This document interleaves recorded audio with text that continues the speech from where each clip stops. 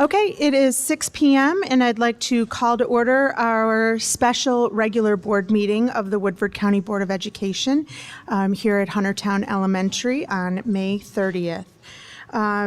Roll call today, we have 4 members present and we have 1 member, Ms. Glass, is absent tonight. I'd like to invite Ian Cooper up to our microphone. Ian is going to lead us in the pledge today. Ian will be a senior at Woodford County High School next year. So if everybody could stand up, and I think we're the only ones that can't see the flag right behind us.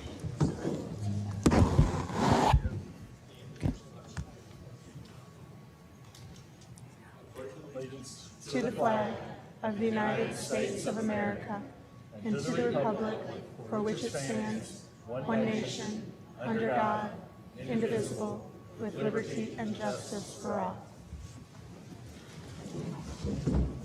Thank you, Ian. Oops. Let me just throw everything all over the place. Okay, are there any proposed amendments to the agenda? No. I'm not sure if we can do any amendments, but I think it would make sense if we moved item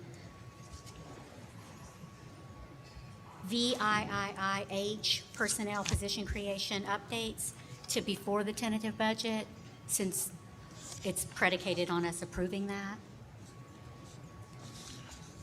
Grant being special call, instead of, we're not removing, I mean, we're not adding or subtracting anything. Yeah, you can take the items in any order you want. Okay. Doesn't matter. Okay. Do we need a motion to do that, or can we just go ahead and move it? You can just move it. Okay. So we'll just move that H up to, we'll do between D and E. Thank you. Okay. All right, so when we get there, we'll do that. So we'll jump right into our recognitions. We're recognizing 4 groups tonight. We will start with STLP. When Ms. Bailey calls everybody's names, if you want to step down, where do you want them to go?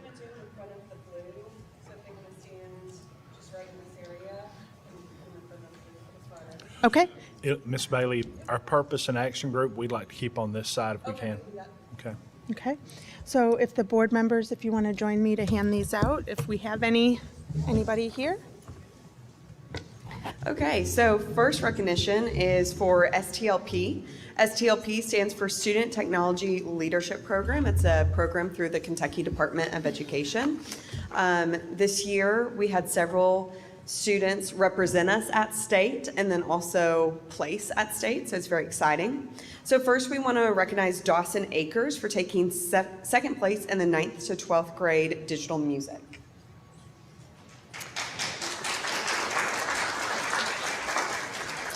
Next, we'll recognize Joseph Carey and Stella Longdegren. They came in first place in the 9th to 12th grade e-publishing.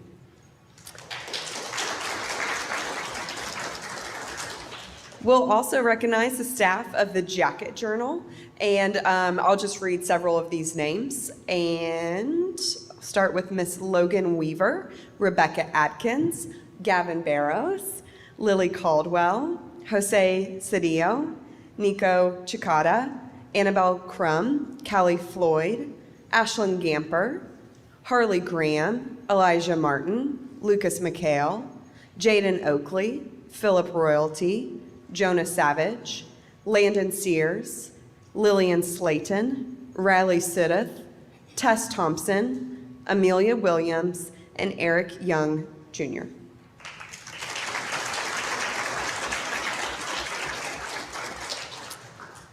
Miss Tessa Montgomery came in first place for 6th to 8th grade digital storytelling. And is Tessa here? Oh, perfect. Tessa is here. Congratulations, Tessa.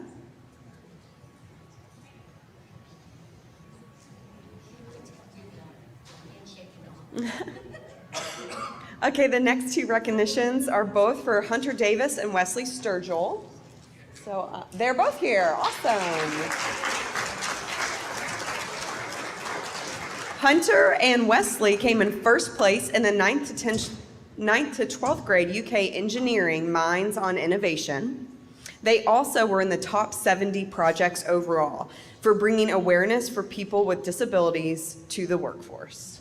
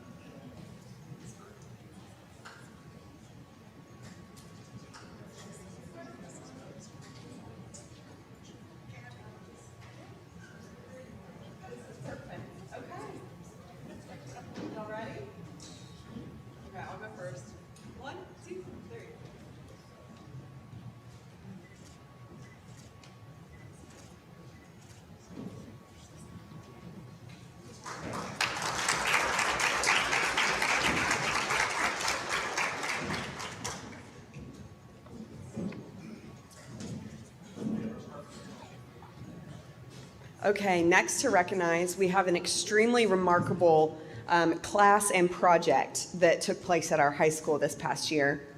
The Woodford County High School students participated in a project in which they partnered with the Kentucky Department of Education, Eastern Kentucky University, the Berea Makerspace, and Parker Hannifin, which is a global corporation with an office and a manufacturing plant in Lexington, in which they designed and built a more inclusive, efficient, and accessible work cell for the Parker Hannifin factory. In addition, students analyzed the accessibility of the entire factory and provided feedback on how they could make it more accessible. Students won the competition and were awarded $30,000 for their work. Parker Hannifin plans to use our students' work as a model for all of their factories and buildings across 49 countries in which they have a footprint.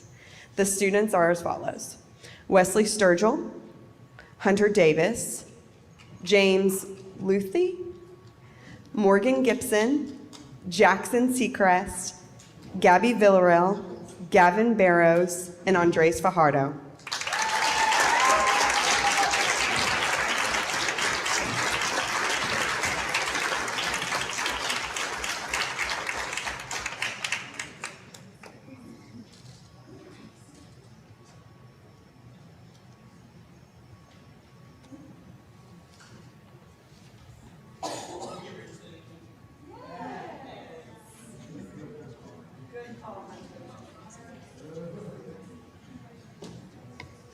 Yeah, and so we're also adding in Mr. Connor Richardson, who spent hours and hours and hours leading this crew.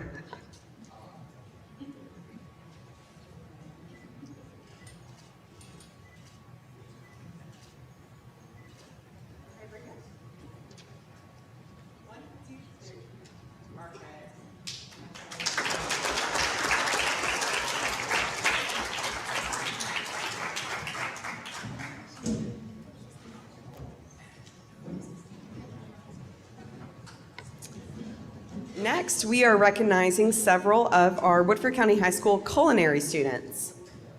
Cook Around the World by World Strides is a hands-on cooking competition or culinary improv in Epcot at Disney World.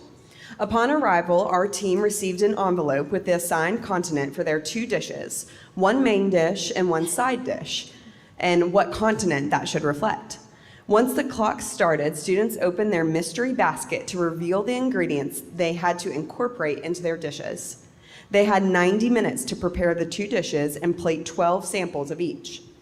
Students were able to meet chefs and other representatives from culinary and hospitality colleges, receive feedback from the chefs, including the celebrity chef and Burrell, while they were cooking. In addition, students attended a career forum and international gala in Epcot that included the award ceremony. After the award ceremony, all attendees received VIP seating for the fireworks. Our students did an amazing job, had lots of fun, and represented Woodford County well.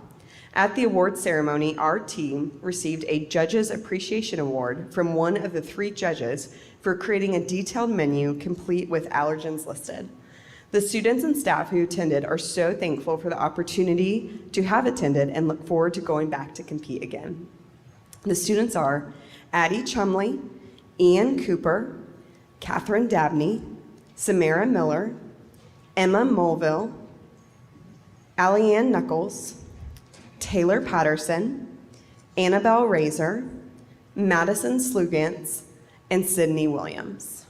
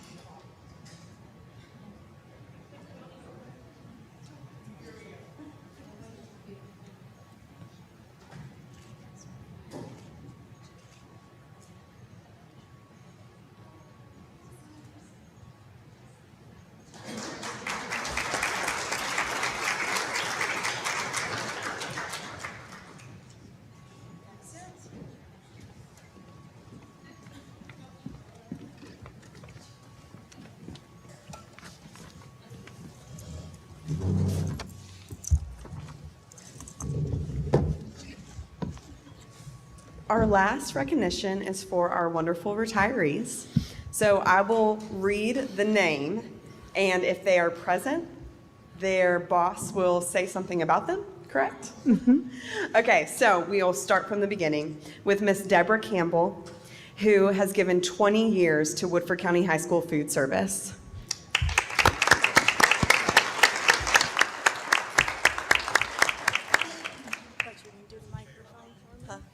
Oh, they're supposed to sit right there in the chair? That's not Here you go, Deb. She's doing, that's the replacement. Rocking chair. Good You can't evening. be I'm afraid here of today anything. to express my appreciation for one of our high school cafeteria workers, Deb Campbell. Deb retired last school year after 11 years of service. We all know how hard it is to keep our students fed, but Deb has done so with commitment, passion, and a smile. Deb, we thank you for your effort and your dedication. Please know that you will always hold a special place in our schools. Thank you for everything, and we wish you all the best in your retirement.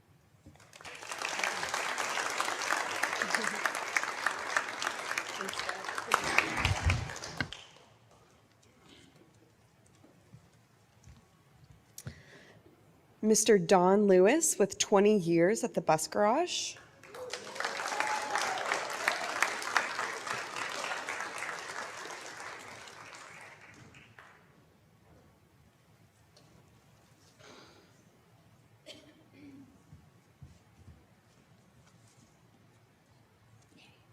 You want to stand with me?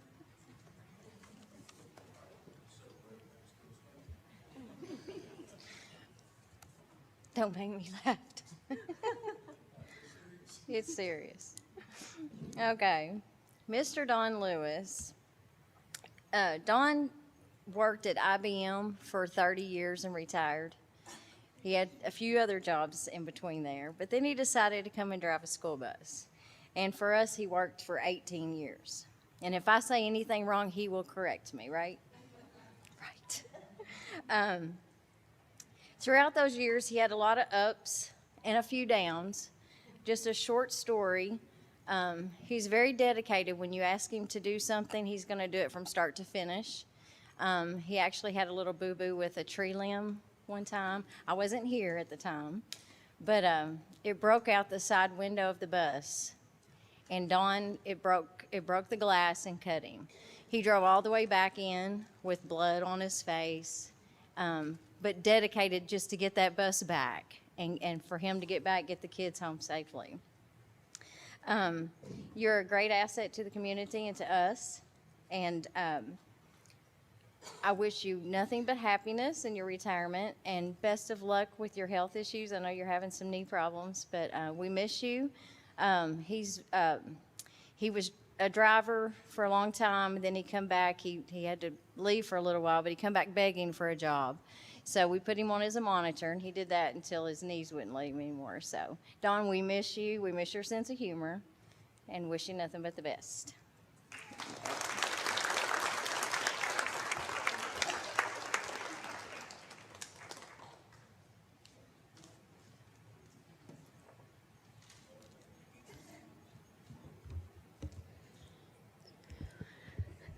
Next, we have Mr. Robert Green with 10 years at Woodford County High School.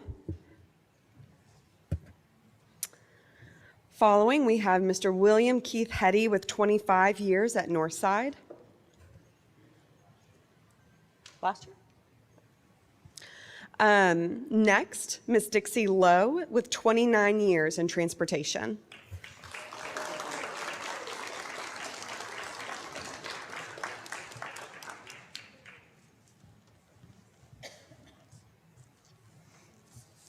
Dixie, I have a lot of stuff written, but I probably will speak from the heart.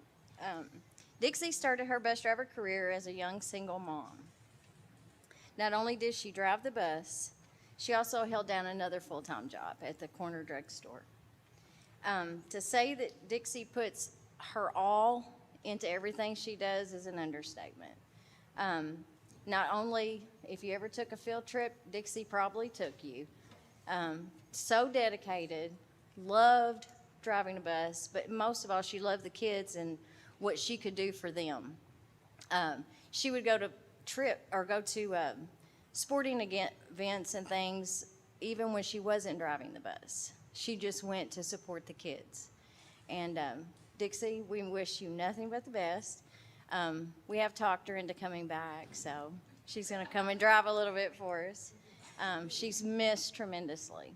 We wish you every happiness in your retirement.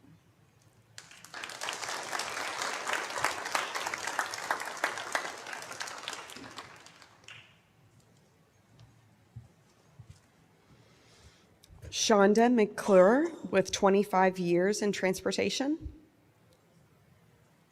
Marie Teresa Eggert with 19 years at Simmons Food Service. Melissa Richards with 4 years in Southside ETC. Miss Jessica Coleman with 17 years at Woodford County Middle School.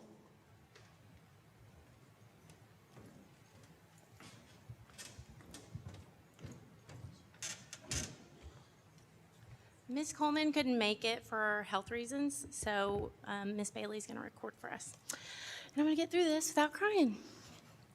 Hello, I am Catherine Wofford. I'm the assistant principal at Woodford County Middle School, and I have had the great pleasure of working with Miss Jessica Coleman for nearly 10 years. There are so many amazing things that I can say about Jessica.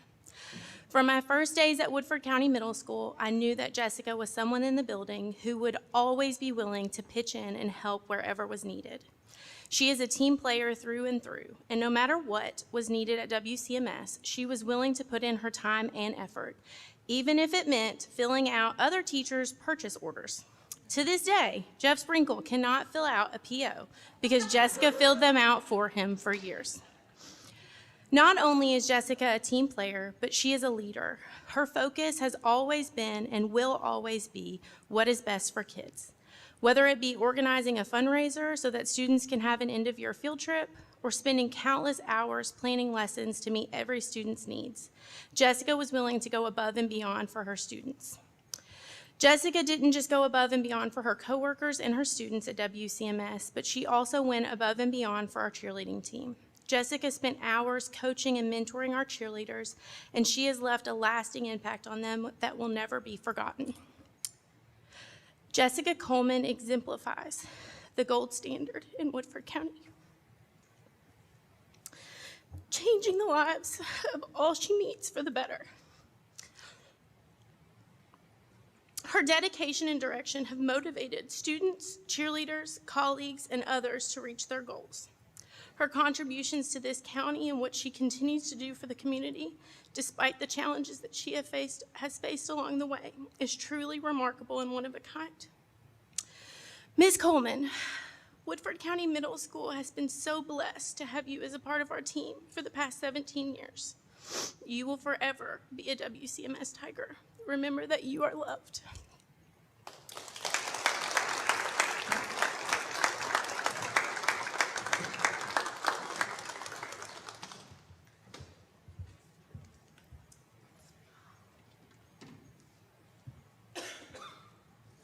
Thank you, Ms. Wofford. Next, we have Mr. Alan McLean with 3 years in transportation. We have Mrs. Shelby Eisen with 31 years at Northside Elementary.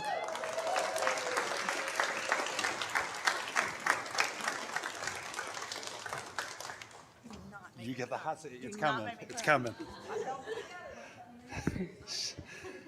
She said, don't make her cry. It's coming. All right. So relationships, determination, and passion. Shelby has never met a stranger. She has the uncanny ability to connect with adults and students alike. What a great characteristic for a curriculum coach. Considering she has to work with everyone in the building. Relationships have always mattered to Shelby, and you multiply those over 31 years of teaching and curriculum coach, and the connections that she has made within our community and the Northside community and the Woodford County community are unparalleled. Let's be clear, relationships are or not, she's determined. Her determination is rooted in helping children. I've seen her go above and beyond time and again, whether it's ensuring families know what's happening with their children at Northside on a Facebook page, or working with teachers in their professional learning communities, to tracking down the very last student with their MAP assessment.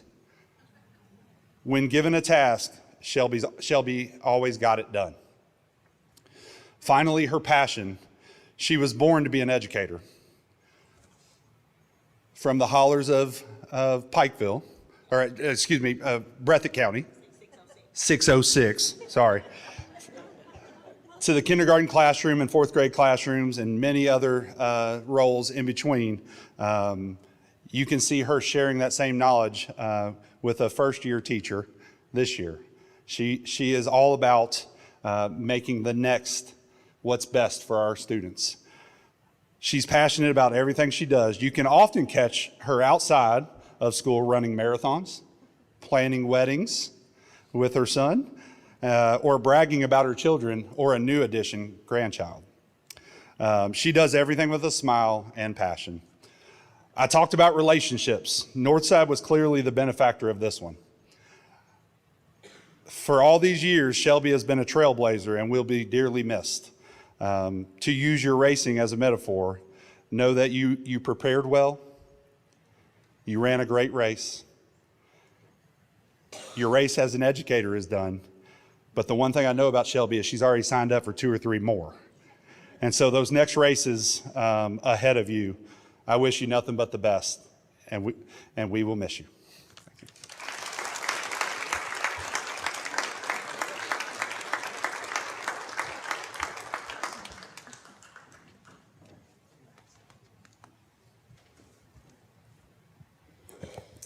Miss Patty Burchett with 35 years at Simmons Elementary.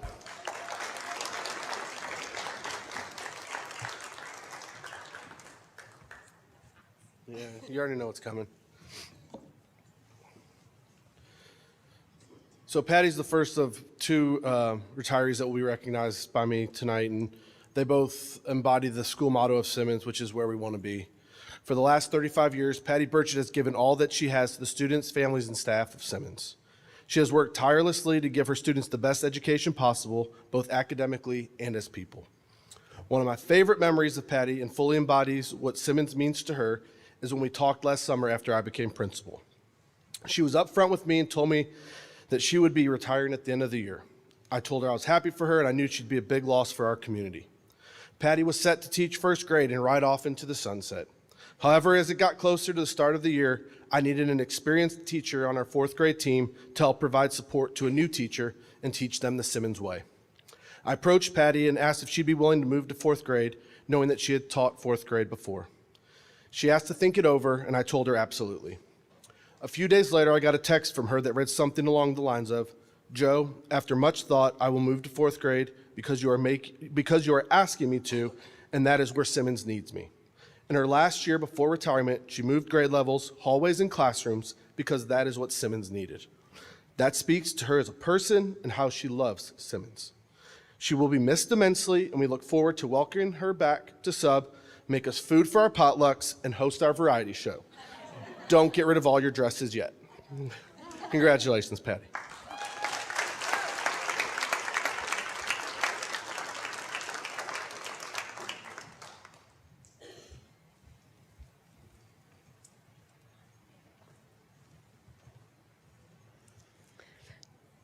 Sue O'Keefe with 30 years at Huntertown.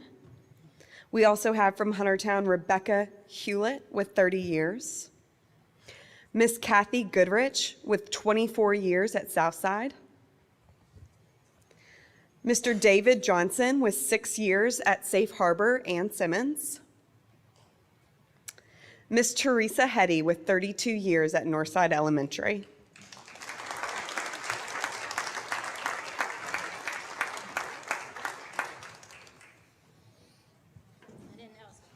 You get the hot seat. All right, so I'm going to take that same format. The 3 words that came to mind when I think of Teresa is consistent, trusted, and thoughtful. After being hired at Northside by Site-Base, in which she was on, one of the first things she said to me afterwards, and do you remember this? She said, "We've got your back." And coming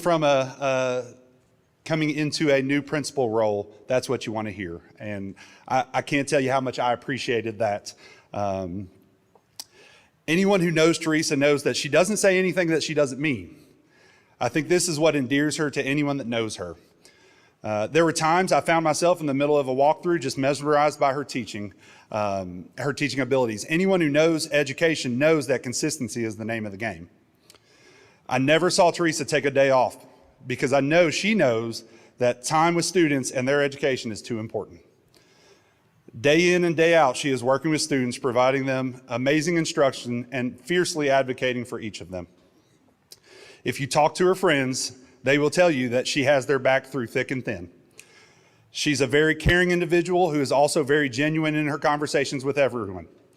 When there was a PLC, a faculty meeting, or a discussion, or just an individual conversation, you could always count on Teresa to speak up on the issue. It was often to reinforce the position of the speaker, or if it wasn't, she would always tactfully frame the conversation where everyone agreed on the best option. The reason she was trusted was because of her 30-plus years of serving students at Northside. This trust isn't built in a day, a week, a month, or a year. It's earned year after year, and it was constantly deposits were made. Finally, as I mentioned in my opening, she was always thoughtful. As a new principal coming into a school with veteran teachers everywhere, as they're all leaving right now,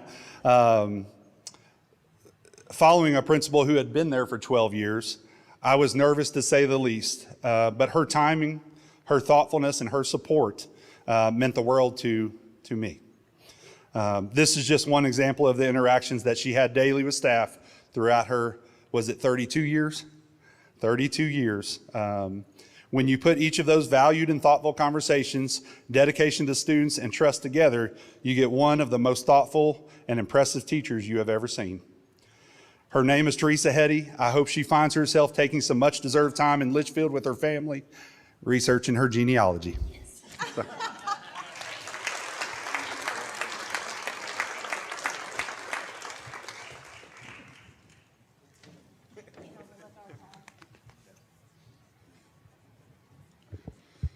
Next, we have Miss Deborah Burdine with 33 years at Northside Elementary.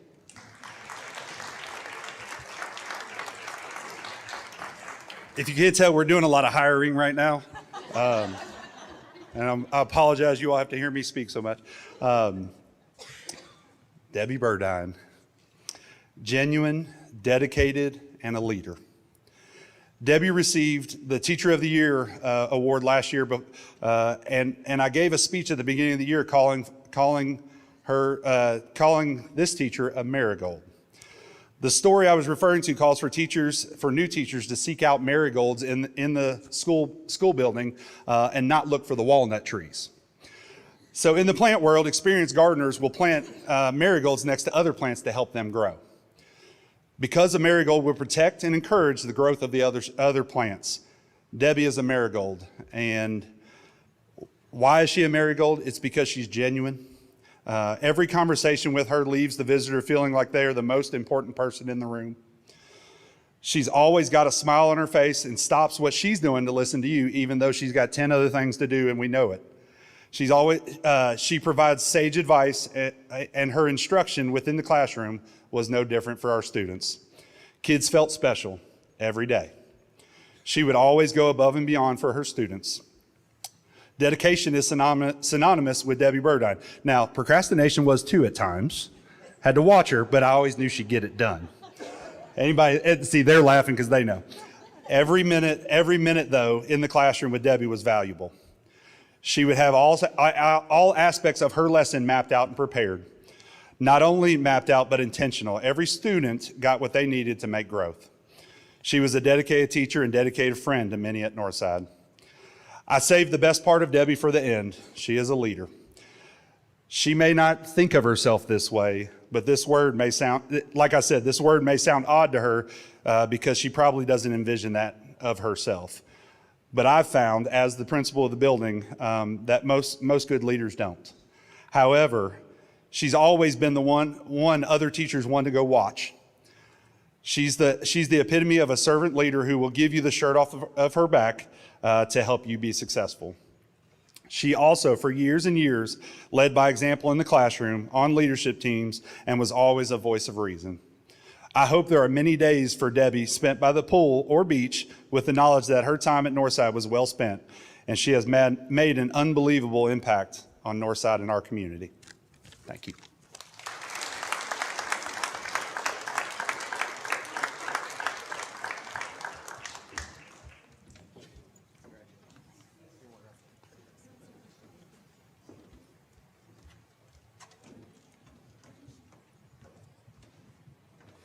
Kim Carpenter with 28 years at Simmons Elementary.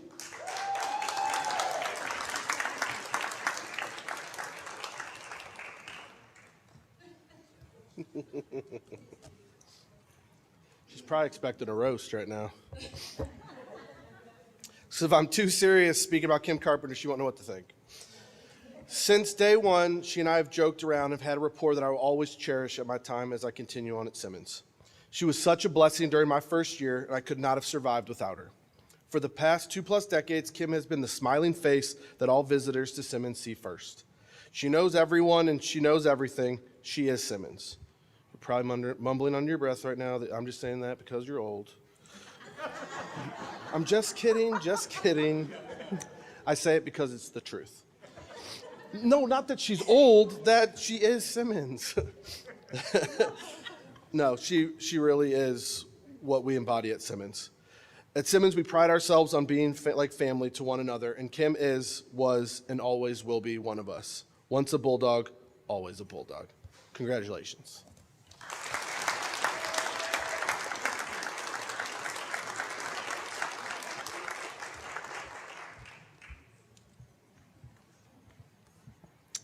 Lisa Swarner, 24 years at Southside Elementary.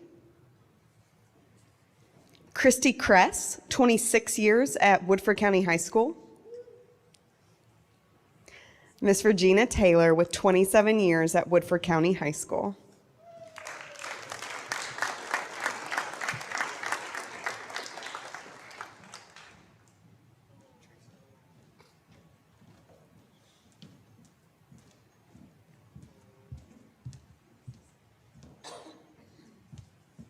Well, now I may be the one crying.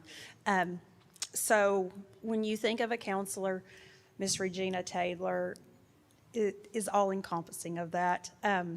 Number one, I think she has a secret cot somewhere at the high school and maybe a shower that we don't know about. She's always there. She never goes home. And she's very welcoming to all new, all past students, all past staff. Very just always welcoming and an open heart at all times. When I first got here, lots of things going on. But here are some words that when I think of Regina, I think of.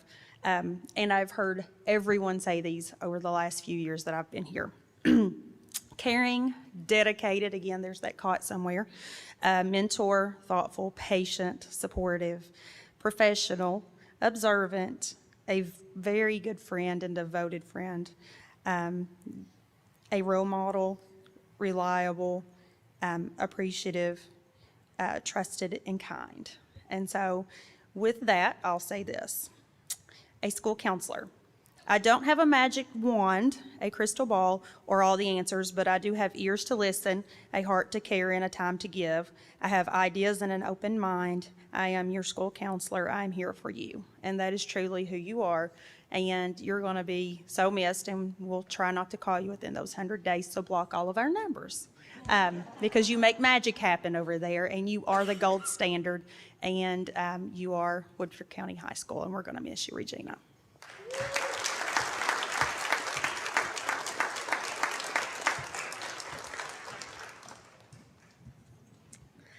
Each of these individuals have given hours and hours and many long days of their lives to helping kids.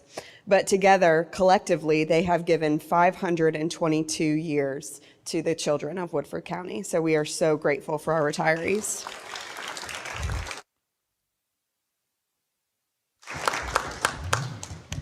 So on behalf of Mr. Adkins, myself, and the rest of the Woodford County Board of Education, congratulations, best wishes for a very long, happy, healthy retirement. We hope to see you at events and around town, and Woodford County is always your home.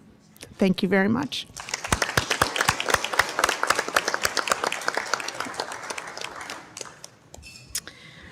Okay, next up is our school performance.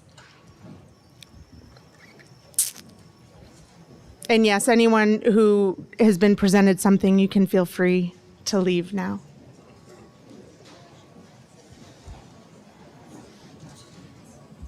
Where are we showing the school performance? We'll see it here.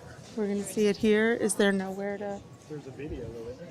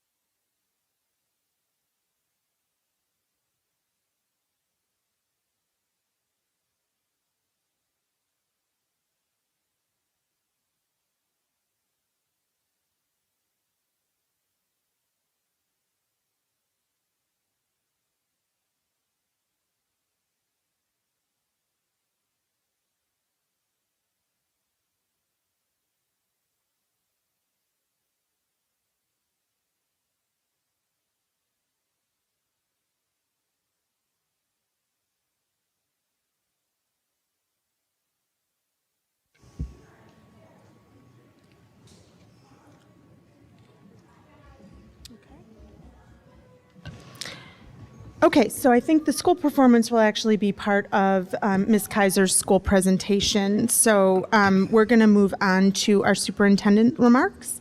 Mr. Atkins? Yeah, I would like to start out first by congratulating all of our retirees as well. When you think about 522 years of experience, you're not just losing that experience, you're losing 522 years worth of institutional knowledge. That is very, very hard to replace. It is. So much like Ms. McHale said, I hope you have a long, very happy retirement. But if you ever take a notion you want to go back to work, we're right here. We're needing good people, and you are certainly good people. I want to touch on a little bit about our celebration of success. That will be Thursday evening, actually, beginning at 6:30. With so many students that have RSVP'd, We have actually probably a little bit over 400 students that have already RSVP'd for this event. So we weren't planning for that many. So it's great. We would love to be able to celebrate all 4,000 students, but and eventually, hopefully, we will be able to do that. But we have 400 students at least that will be there Thursday evening in the parade. We have food vendors set up. We have the big grill set up. I think Mr. Smith and Mr. Green will be, and probably myself as well, will probably be on the grill for our students. We'll be feeding meals for our students. Food vendors and trucks set up for adults. We'll also have several different sweets. Maybe I think there's a cotton candy truck. There is a Kona ice truck, and maybe a Caroline's Creamery, an ice cream truck. And the district will also, with some community support, will be providing a dessert or a sweet treat for our students as well afterwards. So that will be at the high school immediately following the parade. So we're just going to celebrate all the great things that have happened. We have kind of talked about all of these things. Just recently, I think last week, Woodford County Middle School was named one of the top 10 middle schools in the state of Kentucky, if I'm not mistaken. I do know, and I don't want to steal all the thunder here, I do know that I attended several softball and baseball games last week. We had regional finalists in both. We had a regional winner in softball. So the other news is they play Thursday night at 9 o'clock. So who else but to lead our parade other than our softball team on their way out of town to John Crop Stadium? So they won't be turning around and coming back for the meal. They'll be going straight on over and win another softball game. We graduated approximately 288 students on Saturday, a beautiful ceremony. Hats off to the high school. And just like I told Rich Pictor today, hats off to them as well over there at Parks and Rec for having such a beautiful area and keeping it well maintained for us. Just a really nice ceremony, and the weather was beautiful. So when you're celebrating kids and you have beautiful weather, it's hard to beat that. With that being said, I think I will stop stealing thunder and turn it back over to Ms. McHale. So thanks, everyone. Thank you, Mr. Adkins. Next on our agenda is the high school update. So we have Mr. Ratliff and Ms. Lemire here, and we will be approving a change order as part of this item.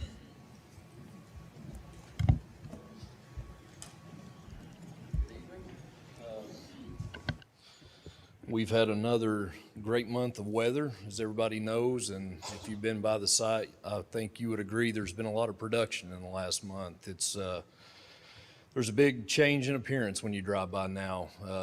The gable at the media center, I think, stands out, and it looks amazing. Seeing it in person, we've looked at it for years on drawings, but seeing it in person, it really helps you to understand the magnitude of the project and the scale of it. So if you haven't driven by, I encourage you to and check it out from the road, please. But I even changed up the first page here to keep everybody interested, because we had been on the other one for a couple of months. But that's just the rendering that Ross Torrent provided. Let's see. Now, you told me how to do this, but there we go. All right, so as far as an update on the financials, of course, the total project cost is still the same, a little over $73 million. Total construction cost to date is $60,998,309.17. That includes the change order 6 that'll be before you this evening. The total paid to date is $12,086,003.22. Percent of contract complete is 20%. It's a little different this time. The pay application for this month will be going to the owner this week. It'll be roughly in the ballpark of $2 million, so that actually we currently stand at roughly 23%, but the way we're doing this is it's the pay applications you have in hand, so you don't have this month's yet. So original substantial completion is October 1st. That has moved to November 4th for all the weather days and the change orders that have been approved to date. Here is the current contingency log. This does include the change order that's being presented to you this evening. In total, for all 6 change orders, there is $730,266.23. That's little over 24% of the construction contingency, with almost 76% remaining. The remaining balance is $2,286,424.28. Same as every time, that's just kind of the sequence we're moving in, from C to F to E, back around to D, A, B, and G. And I started including a side-by-side from last month, so it's hard to remember, I'm sure, what it looked like last month compared to today, so I started putting a side-by-side. That was actually taken, I believe, on the 24th. Quite a bit of changes. Unfortunately, my drone fell out of the sky last week, and it's in pieces now. So hopefully by next month, I've got it replaced, and we can have updated photos. I do have updated photos. They're just not from the sky. That one's a little over a week old, so you'll see some more up-to-date pictures moving forward. I thought this would be a pretty neat thing to do. It's kind of that almost the same angle as far as the future look versus where it's at now. You can really start seeing it come together, and I thought that was just neat to see it side by side.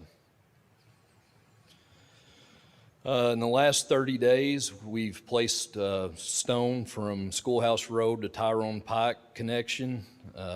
So the only thing it's waiting on is asphalt, which will come at a later date.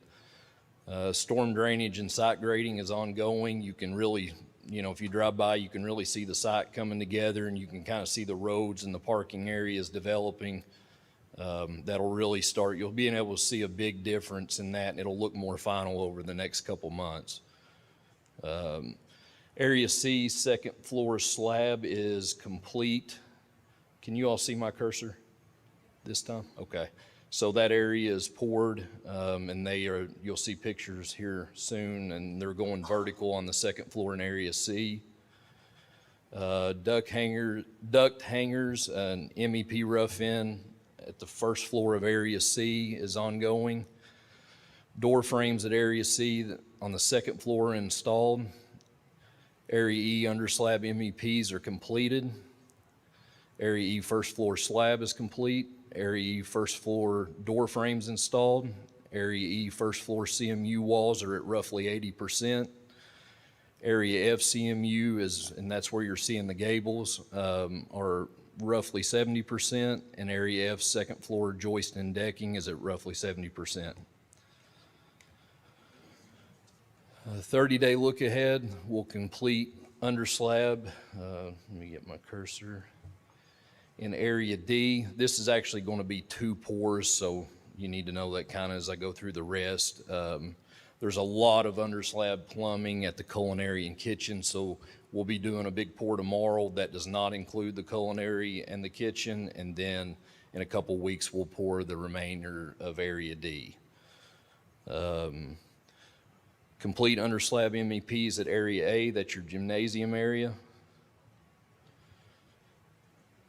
Pour the second floor slab at Area F, and you'll see some pictures where those walls are erected now, and they're hanging steel when decking. Complete first floor CMU at Area E, which I was talking about. It's at roughly 80% right now. Install second floor steel joist at Area E. Complete second floor CMU walls at Area C, where they poured the second floor slab. Install roof joist at Area C. That'll come after they complete the CMU. Continue MEP roughing at the first floor Area C. Install metal panel Z-furring at Area C. Exterior spray foam at Area C. Pour footers and stem walls at Area B. That's your storm shelter area. And continue site grading and storm drainage.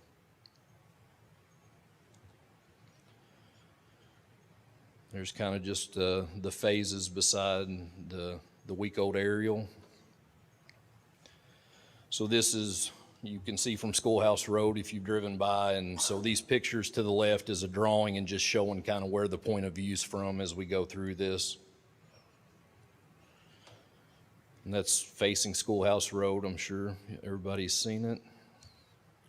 That's standing inside the media center, kind of looking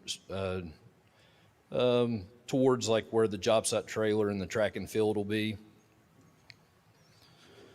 That's your second floor joists that are going up in Area F and steel decking. That's standing in the E-wing corridor, looking towards Tyrone Pike. As you can see, the CMU walls are going up, and soon that'll be covered in steel joist and decking. Area C, that's your, as you can see, that's what all of it looks like. That's just a couple classrooms, but the MEP rough-in is starting. You see all the duct work sitting on the ground. If you look in that far right corner, you can see where they've started hanging duct work.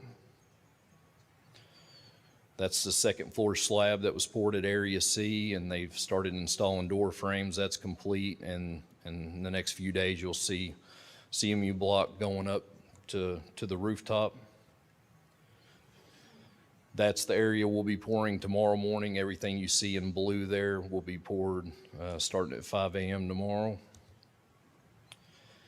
Here is the current schedule. As always, this is just a very slimmed down version of our schedule. Everything is still moving along nicely.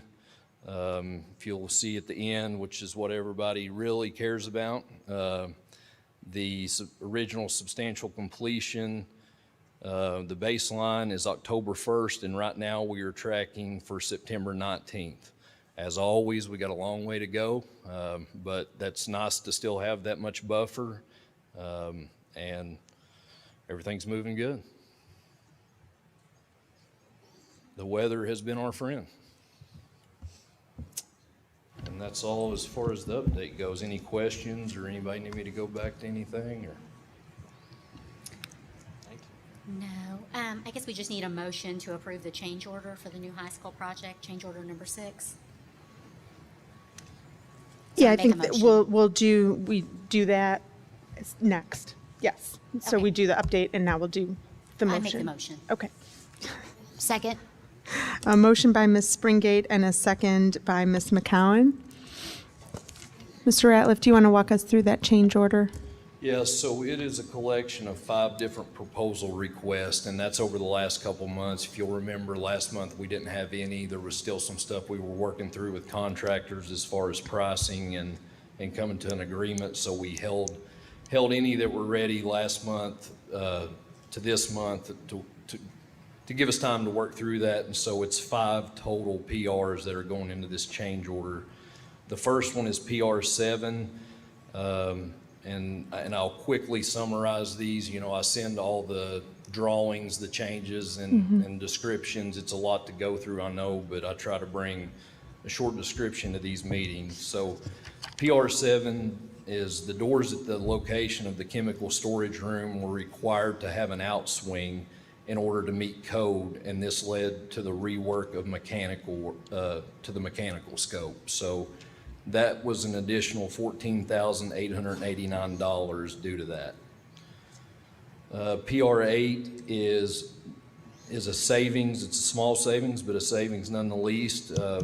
It was just found that the mechanical platform only needed, it was more of a simplistic handrail than what was shown, and it was a savings, and it's a simple platform handrail. So that was a savings. PR 12. Revised electrical and plumbing scope to accommodate owner-provided 4-burner ranges. It was found that the 4-burner ranges that will be provided required additional power and gas in order for those ranges to function properly. Sounds simple, but it's quite a bit of work. It's under slab plumbing, and it's expensive.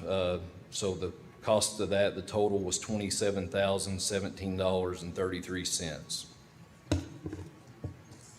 PR 13 it was discovered that the recessed electrical panels, in order for them to recess into the CMU wall, like with all the conduits and the amount of, I'm hitting buttons, and the amount of wiring that was going into that panel, it needed an additional wall furred out to the wall it was shown on. So that was an additional 10-foot tall, 8-inch CMU wall, and the cost of that was $1,499.95.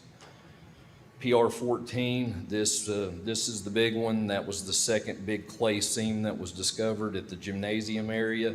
It was a very large clay seam. It was just like Area E, but it was like twice the distance. So what that required is some investigative excavation, and then you hope to investigate and find something good. As we dug down, it never narrowed, never showed any indication of narrowing, so we had to fill it with lean concrete, and that was I don't know if I have the total lean concrete, but we had to fill the excavated seam with lean concrete, and then it required additional grade beams, which is the structural support for the building, to span over the clay seam. And so that was a total cost of $65,607.02. So the total cost for the entire, all 5 PRs for change order 6 is $108,742.30. Any questions for Mr. Ratliff on the change orders? Okay. No. All in favor? Aye. Aye. Aye. Any opposed? The motion passes 4-0. Thank you, Mr. Ratliff. Thank you all.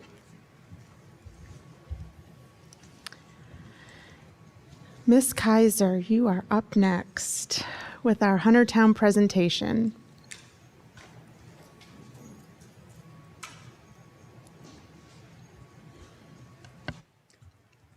Good afternoon. I had to go get a cough drop because it's a little bit hot in here.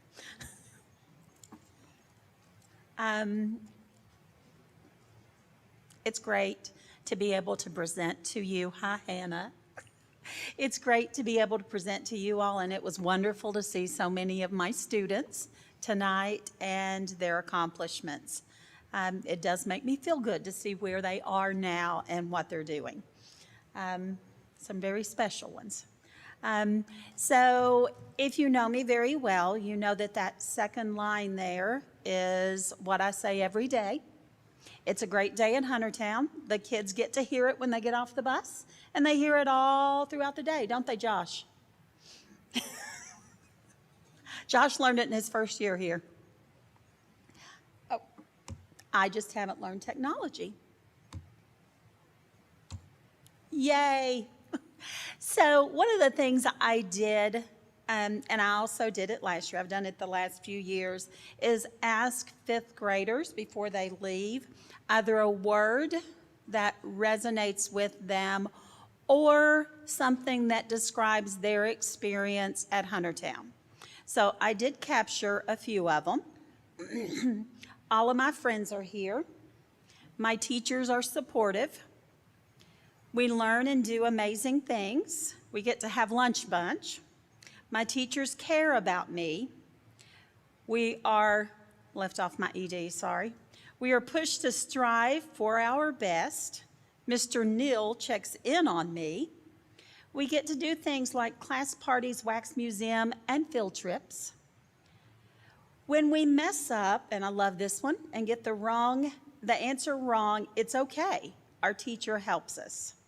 And the middle is what I say every day at the end of the announcements, which are, we are loved. And kids get to hear that every day too. And one of my fifth graders said this year, I know I'm loved because I hear it every day. And it's not just from me, but they also hear it from their teachers.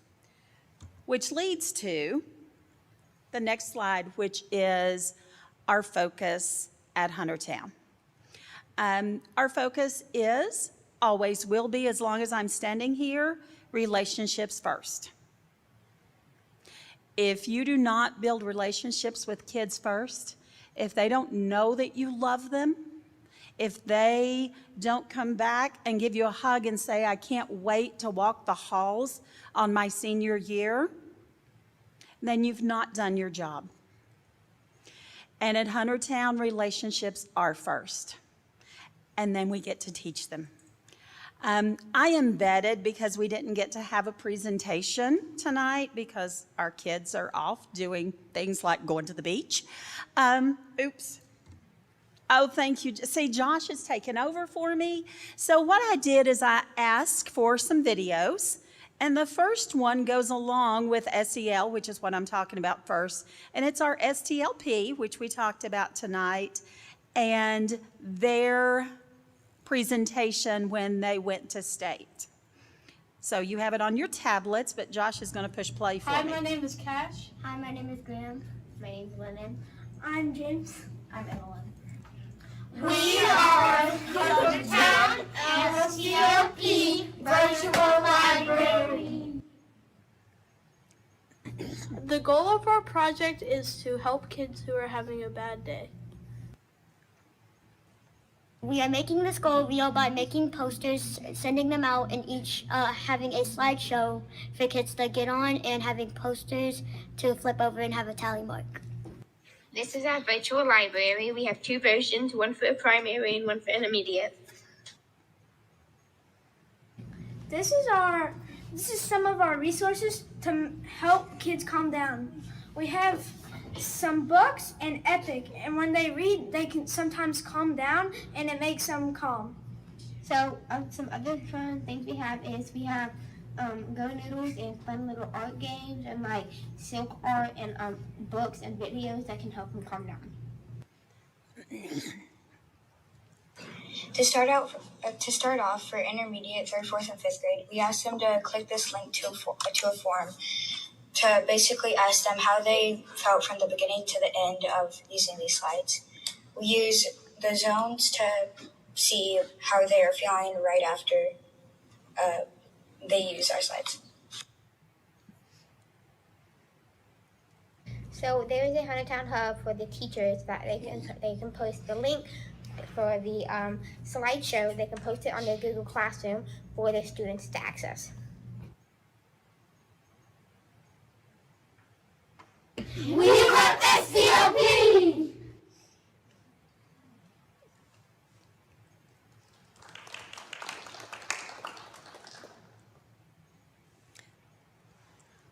Thank you, Josh. My computer, Josh, we're going to talk. Every time I type OUR, it changes it to OR. Our focus this year has been on the 3 basics, which is relationships, SEL, engagement in math, and engagement in reading. However, when we got our KSA scores back, we added that last one, which is meeting the needs specifically of our ELL students. And we do have a high population of Spanish students in our building. So the first slide I wanted to share with you on SEL is in our building, the data that shows why students need to see our guidance counselor. If you look at the pie graph, you will see that the main reason that they come to see the guidance counselor is to help them make good choices. And so what we do as a school is the first time a child gets in trouble, they don't go straight to myself or my assistant principal. They go to the guidance counselor so that they can have, taken from Susan Tracy when she was sitting in this seat, a good choice talk. So they get to decide with the guidance counselor some decisions they could have made differently so that they do not repeat that behavior. A lot of times that works. The next biggest area is what we see so much right now, and that's emotional regulation. A lot of our students do not understand how to regulate their own emotions. That's why you saw on the slides that the STLP was talking about the zones of regulations. We do use that especially with our primary kiddos, because they associate how they're feeling with a color. And it helps them to be able to identify what they're feeling so that they can better learn strategies and tools to help them with that feeling. So those are the two biggest ones. There's several other things there. Family issues was next, social skills, but those two were the biggest ones that were seen by our guidance counselor this year. Here's some interventions that were put in place. This data is just since Christmas because we got a new guidance counselor at Christmas, so this data is just what we have tracked since Christmas. For emotional regulation, he has seen 53 students. Lunch Bunch, which is working on social skills. Our FRC has done a great job of pitching in and helping with that. 30 students. Stop and think, and that's just that behavior. What should I do the next time? I'm going to stop and I'm going to think before I react. 26 kids. Anxiety, 15. The bottom numbers is check in and check out, and that's just the students that he checks in with every morning and every afternoon, or a trusted adult. We have one child in the building who loves our IC clerk. So she's in 4th grade and she goes every morning and checks in with him, and they talk about what her day is going to be like. And then she comes to check in with him at the end of the day. So it's not just Mr. Neal, our guidance counselor, it's also other adults in the building that may have a relationship with that child. Moving on to academics. So this is our MAP math data. One thing that you will notice, and I noticed, is there is not a lot of growth throughout the year, but we held strong. So even though in the fall we were at 61%, we went up to 63, 64, the kids still held in that area where they were. They didn't drop.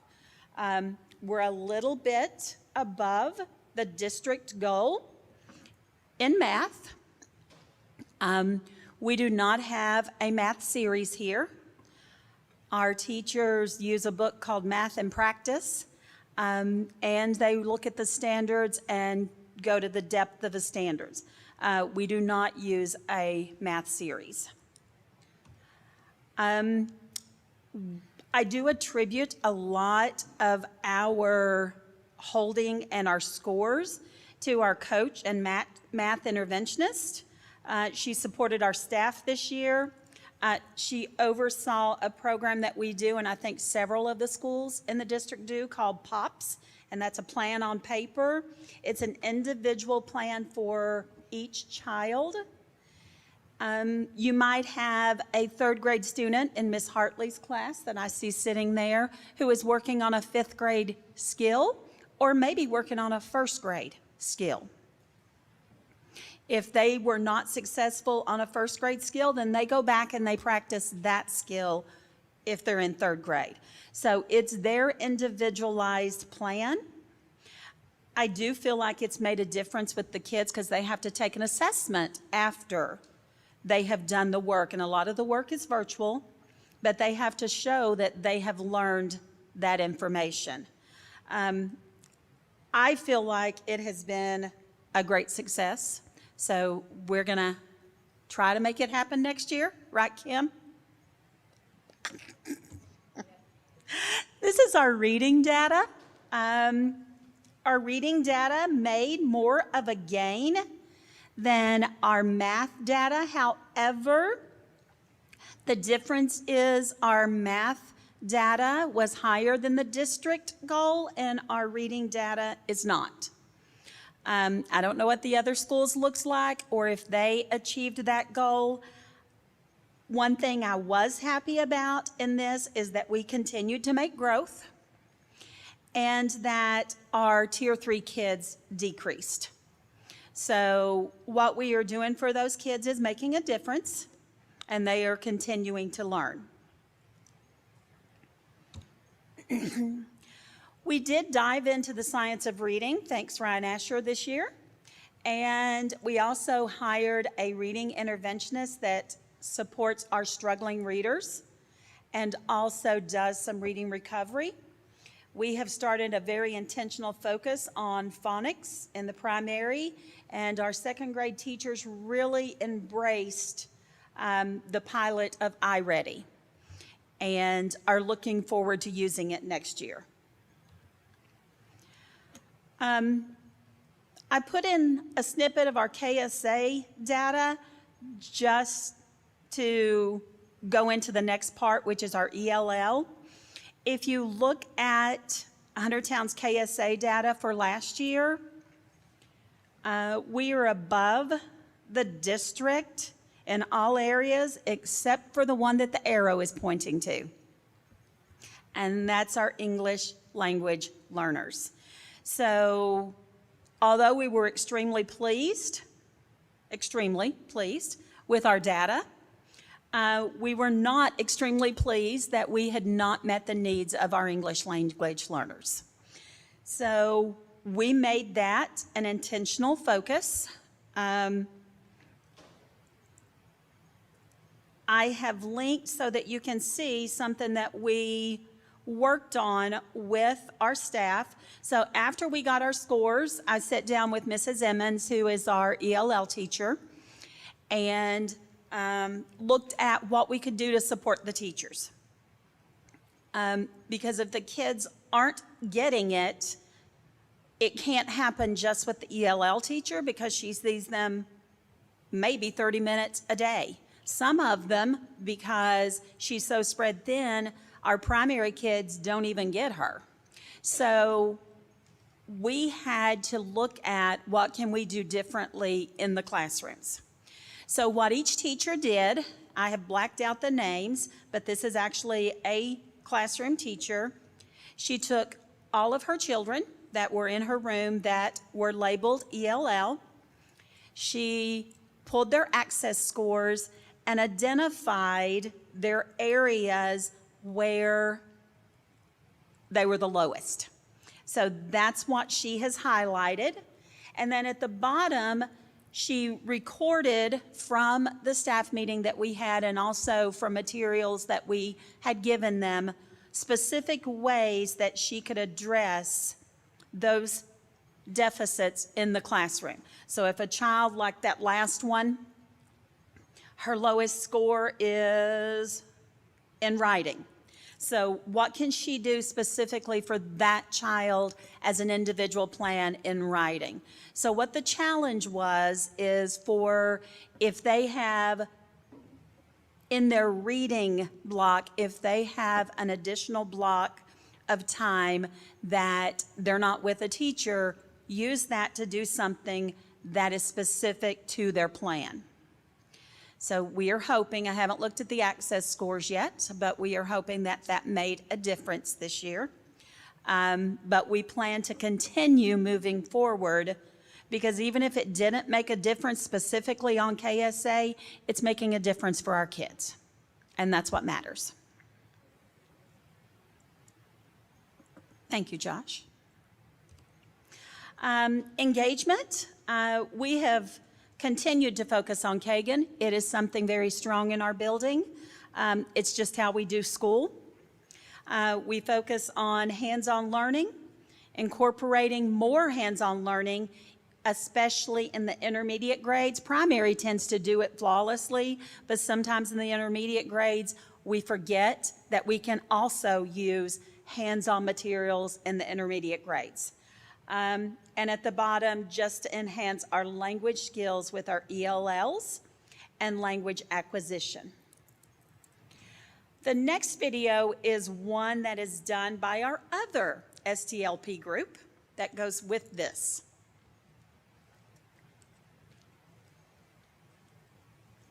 Hi, my name is DJ. My name is Parker. I'm Lizzie. I'm Ellie. I'm Zoe. We are Huntertown STLP Help Desk. The purpose of our STLP help desk is to help parents understand what their kids are doing in school so they know how well they're doing and if they need to help them or if they're doing good in school. We use different resources to bring our project to life by using different things like Google Sheets, Google Slides, and other things so that parents will have access, but it's also student friendly. Our project has been posted on the Huntertown Hub that can be accessed by teachers. Then their teachers can send it to parents for parents to watch outside of school. When you click on the link in the Huntertown Hub, it'll take you to the video, and if you scroll down one slide, then there will be an English and Spanish version for both English and Spanish parents to listen to. When you click on the videos and go to the link, it will do a video about what this whole part is about. Teaching you about iExcel. iExcel is an app where you can do math and language arts. The grades are preschool down to calculus. The iExcels you can do are labeled A to Z. Some of them have double letters for more iExcels. When you get a question right, your percentage can go up, but if you get it wrong, your percentage will go down. Yo les voy a enseñar qué es IXL. IXL es una app donde puedes hacer matemáticas y artes de lenguaje. Los grados son preescolar hasta sexto grado. Cuando estás haciendo un XL, si lo haces bien, te van a dar nombres right. Y si lo haces mal, voy a enseñar. Te van a...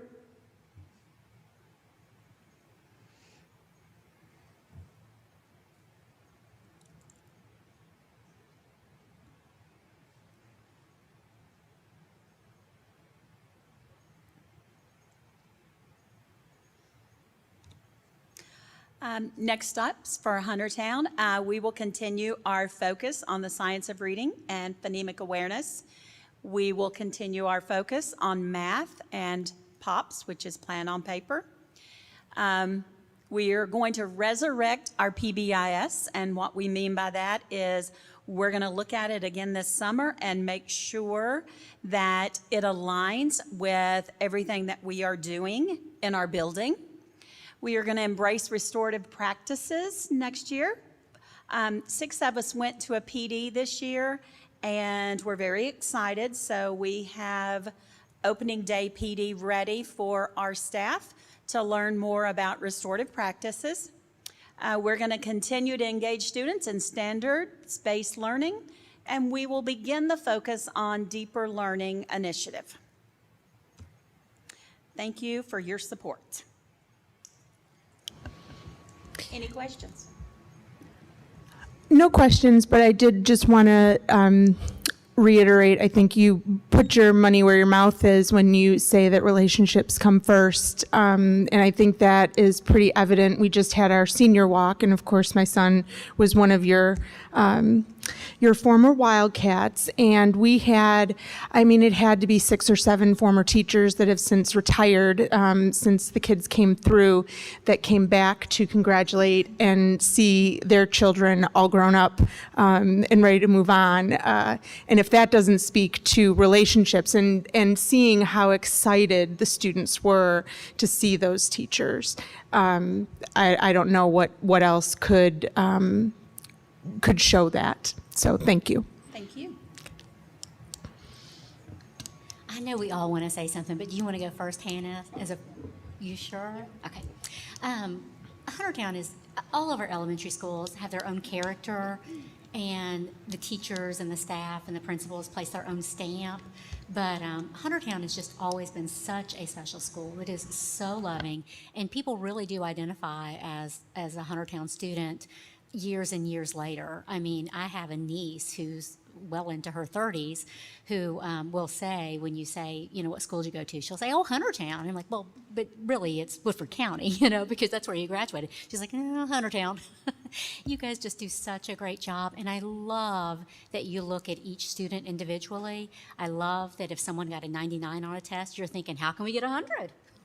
I just love that. And I think as a parent, that is just the welcoming, friendly, can-do attitude that you guys bring every day. It's just very apparent. So you guys do a great job. Please thank your staff for us. I will. Thank you. I just wanted to say that I am 10 out of 10 a Huntertown Wildcat, forever and always. There are still teachers from 1st and 2nd grade that my mom talks to on Facebook all the time. I think I talked to Miss Birch recently, actually. I miss her very much. But Miss Birch, Miss Mulvaney, Miss English, Miss Nugent, all my teachers, I love them so much. You all just did a great job with all your kids, especially my graduating class. We all love you all very, very much. I think I was talking to Peyton Whitaker the other day at graduation, and we were like, oh my God, this is going to be, we're going to be bawling when we have to walk back through Huntertown. We're like, this is going to be so sad. But you all made our elementary school experience so wonderful, so thank you, Ms. Kaiser. I appreciate you. Thank you. Thank you for having us, Ms. Kaiser, and I really enjoyed hearing all about the initiatives that have been happening here at Huntertown, and especially the videos that the STLP students made. They were excellent, and I love seeing how confident they were and how they were able to show exactly what people needed to do to be able to make their project come to life. So please thank them for us and congratulate them, and hope you have a great summer. Thank you. Yeah, thank you again for having us. I know I got to meet you when I came to the SBDM meeting when it was just me and you in there, and we had everybody else virtual. Yeah, but it was very welcoming, and everyone was really kind. And I can tell, obviously, you have students that still love you, years and years later, and so it's just great to see the relationships that just last forever. So thank you for everything that you do. Thank you. Thank you, Ms. Kaiser. Okay, moving on to our good news report. We'll start with you, Ms. Hash. All right, I'm going to save all the graduation stuff for you. I know you could probably talk about that in Project Grad a little bit. But we made it to the end of the year, which, huge accomplishment. Look at us go. We wrapped up state testing, finals, all kinds of spring map testing, all the things, which is super good. But I really just hope that all of our teachers, administrators, staff members, and even our students have a really nice, relaxing summer break, and that you find some time for yourself this summer to kick back, relax, and enjoy it a little bit. Mr. Atkins also already kind of touched on this, but our high school softball team's headed to state. They won 15-2. It was a massive win. It was very impressive. I was watching it on a live stream. I was like, oh my gosh. I don't know how they do that. I'm not big into athletics, so I was like, wowzers. But we also had 4 state qualifiers for WCHS tennis go this week. It was Simon Swansiger, Nick Rosini, Cassidy Stiefel, and Addie Patterson, I believe. And they're really amazing, so huge congrats to them. But I'm going to pass it on to whoever's next, if that's okay. Mr. Brickler?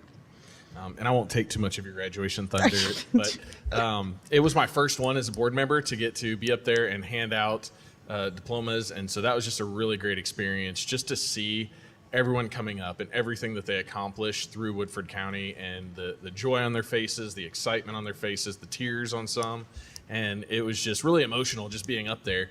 I kept my sunglasses on just, in case, but it was a really great experience just to see everything, all the work that the teachers, the staff, the administrators, everybody puts into these students to see them reach that achievement, and watching 300 students cross the stage was just amazing.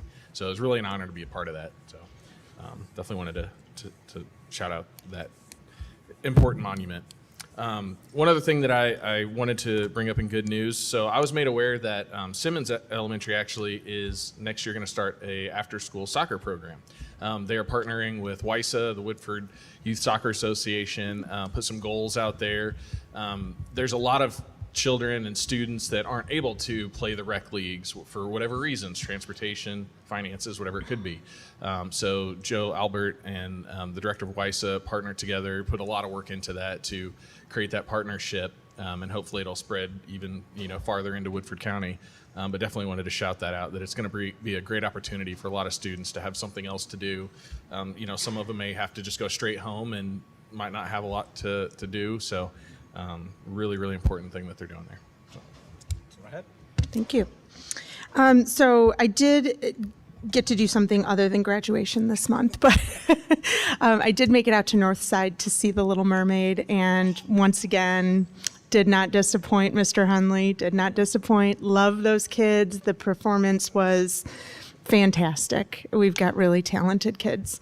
And listening tonight to all the different awards that we gave out, it really strikes me at the versatility and the diversity that we offer all of our students. And in addition to all the fabulous sports, we have so many things that we offer our kids. And I'm continually grateful for all of that. And we have some pretty amazing kids here in Woodford County.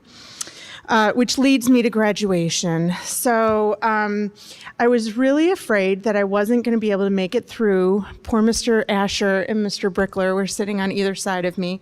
I think I only cried one time, but like you said, Mr. Brickler, it was really hard to be sad during graduation. The kids were, and I know I've told people this already, so sorry that I'm repeating myself. These kids were so proud of themselves. They were so happy, and it was absolutely impossible to have a tear in your eye as you were giving out a diploma to our kids. Thank you for letting me be a part of that, not only for my son, but for kids that I've known just about their whole lives, and some kids that we just met. It really, I've said it might have been one of the best afternoons of my entire life, giving those diplomas out. And all of you have had such an impact on all of them as well. I can't imagine the pride that you feel when all of those kids are crossing the stage. So thank you, and thank you, and thank you. That's all I have. Sarah? I just wanted to thank Ms. Probst and Mr. Richardson for inviting us to the FFA end of the year banquet. I have never been to the FFA banquet before, but it was amazing. There were so many students involved. I had no idea there was that number of kids in Woodford County that participated in that program. And their leadership skills were just, off the charts. I mean, all of them were very comfortable speaking in front of, I don't know how many people were there, but there were lots. And so I was just super impressed with that and very grateful for the opportunity to be able to attend that. The food was great. Yes, for sure. Also wanted to congratulate Huntertown staff, Sarah Congleton, Stacy, and I'm not sure how you say her last name. Is it Buse? And Courtney Cheney for being named the CKFCS Special Education Teachers of the Year. That's an amazing accomplishment, and hats off to those folks for all their hard work. Wanted to also congratulate Patrick Kelly and Xander Britton at WCHS for being accepted into the Craft Academy for Excellence in Science and Math at Morehead State University. So congratulations to those young men. And congratulations to 6 of our WCHS musicians, Kat Beckham, Alyssa Bird, Andrea Chandler, Elliot Floyd, Andy Mayer, and Dylan Venus. They are participating in the Kentucky Musicians Abroad program this summer, where they will get to visit 6 countries and pursue their passions of music and hone their musical skills. So that's a great opportunity for them. Congratulations to them and their families. And that's all I've got. Thank you. Well, I'm last. I really don't have anything to add other than I hope everyone has a safe and wonderful summer, and we will see you all back in August or earlier if you teach or work for the schools. Okay, thank you all. Mr. Adkins, did you have anything that you wanted to add? I covered a lot of it. We could go on and on for days with the accomplishments. I do want to touch back on the celebration of success. We've talked about our athletics. There's going to be 4th and 5th grade students in this parade that are going to be able to tell their families, my school district had a parade to celebrate me being a distinguished test scorer. Or a high school student that's going to be able to say, I was accepted into the Gatner Craft Academy and was recognized with a hometown parade. So those are the things that we could go on and on. I mean, it's why we try to do it monthly, and we still can't cover it all. There's so many great things going on in Woodford County. And the parade, there's a change in it, right? It's going to start at the high school. It will start at the high school now and come to First Baptist Church. Then we will be providing buses to transport the kids that if they didn't have a float and they walk carrying their signs, we'll transport them back to the high school where we'll feed them and all the things that are associated with kids and a large field, a large empty field. So, yeah. Awesome. Thank you. Okay, we'll move into our instructional and equity report from Mr. Asher. Good evening, everyone. It is day one of summer break. For students, because there's still work to be done by adults, teachers, and administrators before we get a break a little bit later this month. The first of which is Best Practice Academy, which begins tomorrow. That's our first round of professional development. Tomorrow we have 4 sessions, and we do this at the middle school as our hub. Tomorrow, most of the sessions, 3 of the 4, are done by our own staff. So covering, Dr. Rayburn will be doing some technology training. We have one on career readiness, also have one on gifted education in the classroom, and then bringing in someone from the outside as well. And then on Thursday and Friday, this is our big ticket item, as we've called it. It's a PLC focused 2-day training where we will be bringing an outside trainer in from Solution Tree, which is a very reputable training company in education. And we're going to have over 80 participants. That's administrators and teacher leaders recalibrating on PLC as we move into next year. So Susan Tracy deserves a lot of the credit for setting this up and has done a fantastic job in her first year in this role of getting this all organized. There's a lot to it. And then, of course, we'll pick up July 31st, I believe it is, where we do our second round of Best Practice Academy, just to make sure teachers and staff have options around vacations and summer schedules so that they have opportunity to come on either end. Summer school that I've been mentioning starts next week for elementary, middle school, and Safe Harbor on the 6th, on Tuesday the 6th, and then the high school will begin the following week on the 12th. They run a 5-day program as opposed to our others that run a 3-day program, so that will be starting very soon. Looking ahead to 23-24, excited about moving forward with our Portrait of a Learner that has been mentioned a couple times and how it'll support deeper learning. Mr. Atkins has mentioned it tonight. Ms. Kaiser mentioned it in her look ahead or next steps.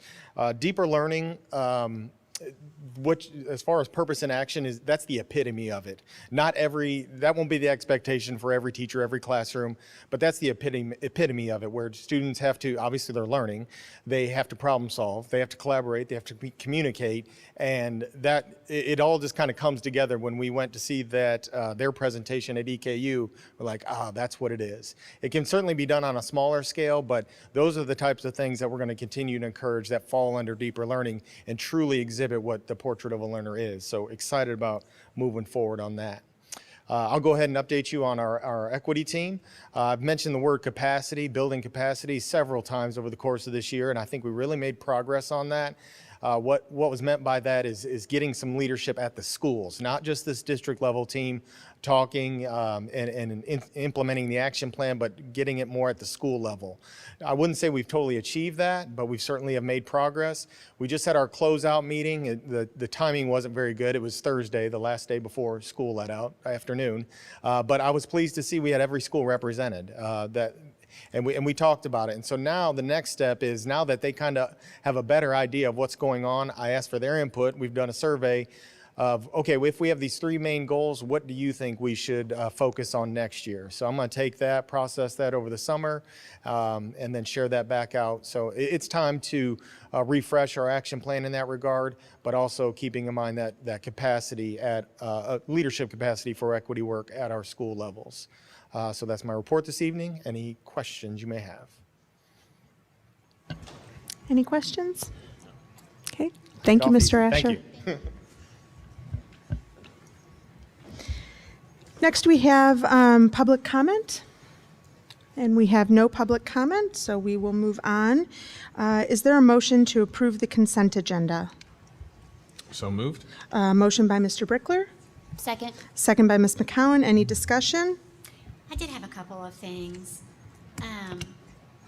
Under the school handbooks, are there any major changes or anything we need to be aware of in there, Mr. Atkins? Anything that we would address, and that would just be things that we'd have to change for policy as well. So no, there's no no changes. And under contracts, originally we had said, as a board, we would go ahead and look back and kind of talk a little bit about having 2 different co-ops. Are we still a member of 2 co-ops? We are. Okay. And so I think as a board, we had kind of originally planned on looking at that and seeing if it was duplication of services, if it was something that was kind of worth the cost, that sort of thing. And I see that's on the agenda tonight, so I'm not sure. What's the other co-op besides KEDC? CKEC. CKEC. It's the one we're assigned to for our special education services. And how much do each cost? The KEDC, I think, is on the contract. I'm not exactly sure. CKEC, Ms. Francis?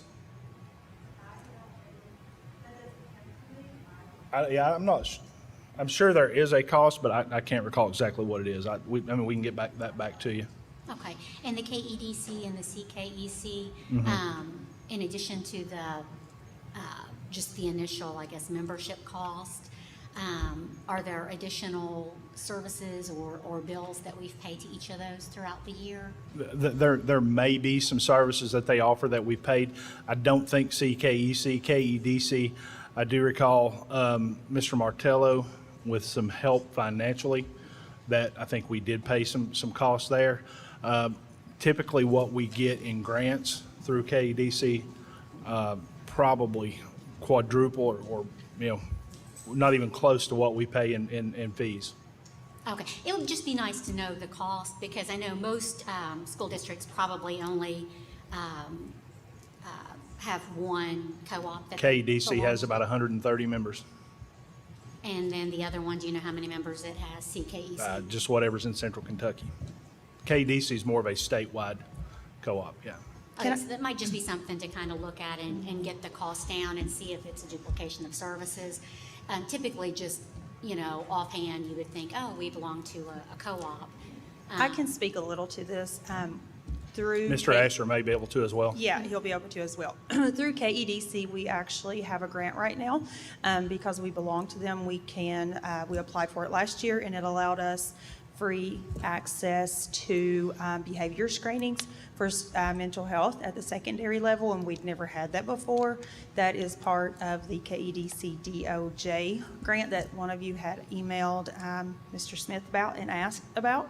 So it allows us to participate in a $1 million grant. We do not get the total of the $1 million, but we are part of the districts within that grant that we have been approved of that again for this upcoming year.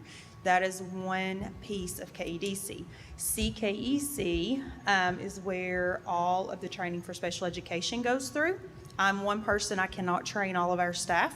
And so when we look at the research-based structures that Mr. Asher's putting in place, I'm a big proponent. My students are going to succeed at the same level of the gen ed students, which makes them all our students. And so I have to work along with Mr. Asher. So in order to do that, we have to work together through our co-op for those purposes, instructional purposes. But I will say this, KEDC also allows us access to some training that maybe we don't attend maybe through CKEC for whatever purposes.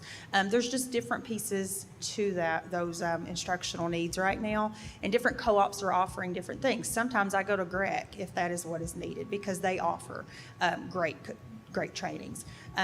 But I will have to pay if I go there because we're not part of that. And then I'll let Mr. Asher kind of chime in on the rest of it. Sure. I wouldn't. That's a good question, but I haven't seen duplication. What comes to mind first through both of those, CKEC is our Deeper Learning Grant. They're the manager for that and have done numerous trainings for both Ms. Tracy and myself as the points of contact for Deeper Learning, but then also for our teachers who are part of our Deeper Learning team. So that's kind of been their main thing, CKEC, among other things. Now on the KED side, 2 main things I did with them this year was a science cohort. We have a curriculum review cycle, and our science team participated that over the course of the entire year, which they thought was excellent. They brought in PIMSR. I don't know if you're aware of that as far as science standards and instruction. And then the other thing with KEDC, we've mentioned MindSpark a couple times. That was that collaborative or cohort, I can't remember what name they associated with it, that went throughout the year. Myself, Ms. Tracy, Dr. Rayburn, Heather Sherman as our new career readiness coordinator, and Sandy Adams participated in, and that was all about career readiness. So we get a lot of variety, and I wasn't familiar with KEDC, I'll be very honest. Hadn't worked with them much, but over the past couple of years, we've picked up some excellent trainings and cadres to be part of. Thank you. Any other questions, comments? I was just going to say, so I'm glad Ms. Springate brought that up, because we do always need to be diligent in making sure we're not paying double for the same thing. But from what you say, it sounds like we're just getting different things from different places, and it's worth the investment into both. So thank you for the explanation. So I just want to add my 2 cents on KEDC specifically. CKC is heavily special ed, and I'm dealing with a lot of special ed services where KEDC also does that. KEDC also allows us to purchase from different vendors, specifically through technology, and they allow us to, they're actually providing us a lot of services for technology by running cabling and wiring on updating some of our buildings and doing some camera work for us as well, which we could not be able to do without being a member of KEDC as well. They also help us automate a lot of our services through account creation. We use their service for that as well. We pay a very small fee for that, but because we're a member, we have a lesser fee than if we were not a member. And you know, for the $5,000, I believe it costs us to be a member. I knew it was 3,500 to 5,000. Yeah, for the membership in the KEDC, it's well worth its investment, in my opinion, just in technology alone, because they are heavily technology involved. Thank you, Dr. Rayburn. Okay, if there's nothing else, I have you one have one? question. Okay, Yes, go ahead. about the contract with Parks and Recreation or the county for field maintenance. I know I emailed that question and you got back with me on that.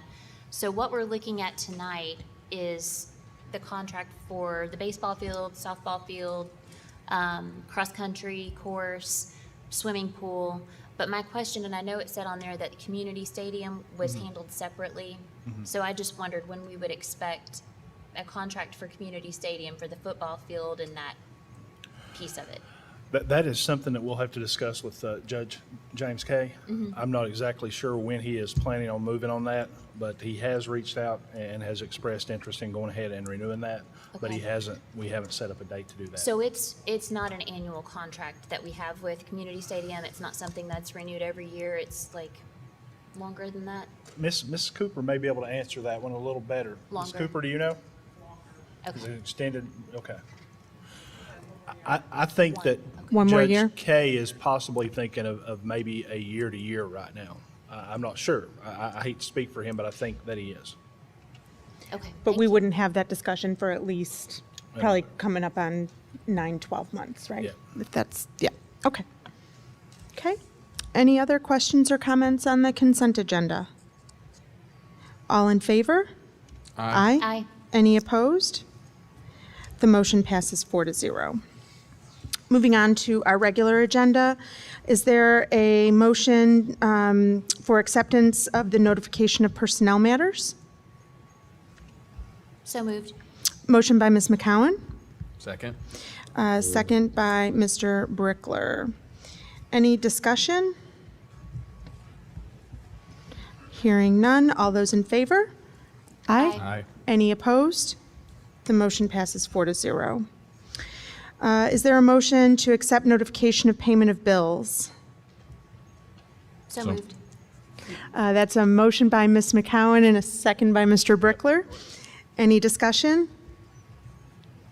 All those in favor? Aye. Aye. Any opposed? The motion passes 4-0.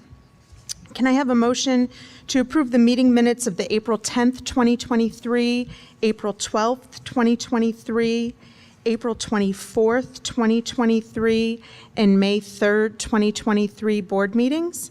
So moved. Motion by Mr. Brickler, Second. second by Ms. McCowan. Any discussion? All those in favor? Aye. Aye. Any opposed? The motion passes 4-0. Okay, the next item on the agenda is to approve the 2023-2024 salary schedules. Mr. Smith will be presenting to us.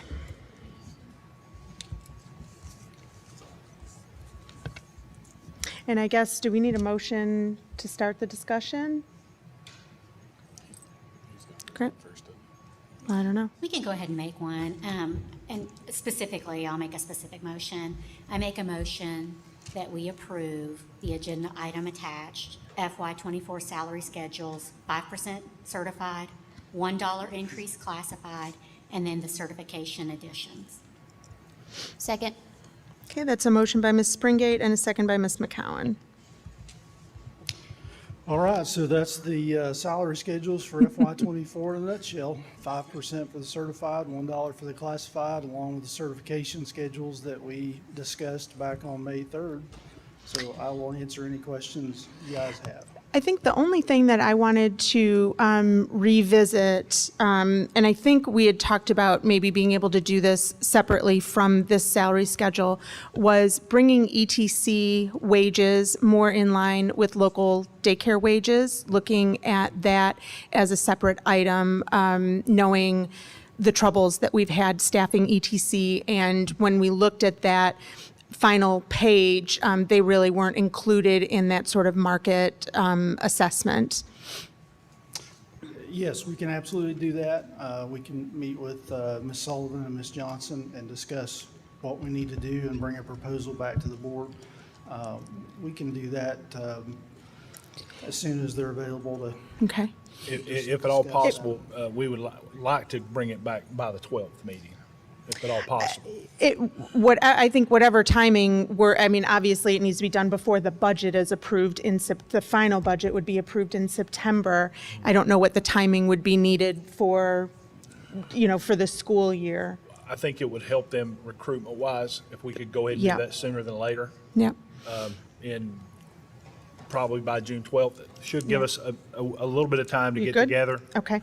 And try to see what the research is on our independent daycares Okay. in the community, not just in Woodford, but in the community, because I don't think there's a lot of availability in the community, in Woodford, so. That's yeah. correct, yep. Okay, Ms. Johnson saying yes, she can accommodate June 12th. Excellent. That was my only question or comment. Would the target be to find what other daycare centers are, both private and other school districts are paying for that position and get us to the equivalent level for those and bring that? I think that was the discussion, that we were still having trouble recruiting, even with that dollar increase or however that fell out in the adjusted salary schedule, that might not be enough to help fill those slots. So I think bring us a proposal similar to what you did with sort of the market data on the other positions. It was great information, easy to make a decision. Okay. Thank you. Can do that. Okay. All right. All those in favor of approving the salary schedule as presented? Aye. Any opposed? The motion passes 4-0. And thank you again to everybody that put all the time and effort into putting that information together. Like I said, it was very easy to make a decision and understand what we were signing up for the following year. Thank you.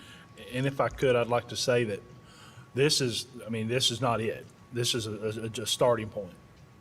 We had to start somewhere to try to reel the other districts in closest to us. Mm-hmm. So this is a starting point. We hope we will address this every year that I am superintendent, if possible. So great. I do feel like we've got some work to do, but we've made a pretty good, I guess you would say, in certified salaries since I've been here. It's been a 7% increase, and then the dollar for our classified folks.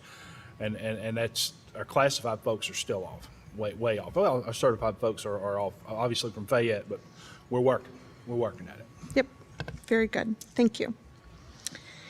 Next item on the agenda is to approve the 2023-2024 tentative budget. Is there a motion? McHale? Oh, yes. Yeah, Oh, I'm sorry. Yeah, I even wrote it down there and I missed it. Okay, next item is to approve personnel, creation and job description, stipends, et cetera. I'd like to make a motion that we approve this agenda item for the creation, job descriptions, changes, et cetera. But I would like to add one thing, and that would be that reading and math interventionists to be part of the yearly staffing allocations at every elementary school. Second. I don't know that we can change the motion. The agenda item is to approve as was submitted. Those items were already included in the budget, as has been discussed several times, so I'm not sure what. They're approved in the budget, right? The interventionists are already. They are not part of the staffing allocations, no. And so what I'm saying is I would like for them to be part of the staffing allocations so that each school gets a principal, each school gets a reading interventionist, each school gets a math interventionist, each school gets so many teachers per student as part of the actual staffing formula. So before that happens, we would have to change the staffing formula. For the, no, just add these as additional, just like we did for items 1 through 9.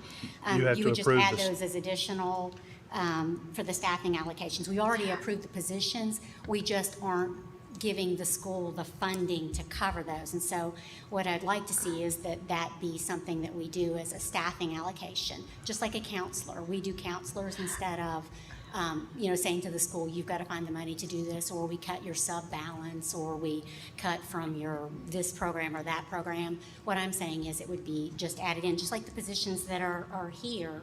It would just be part of the allocations as something. But again, that would be changing the staffing allocation, and that's not on the agenda. Yeah, I think That that would be adding something, because you have to approve that staffing allocation every year. Am I correct, Mr. Wells?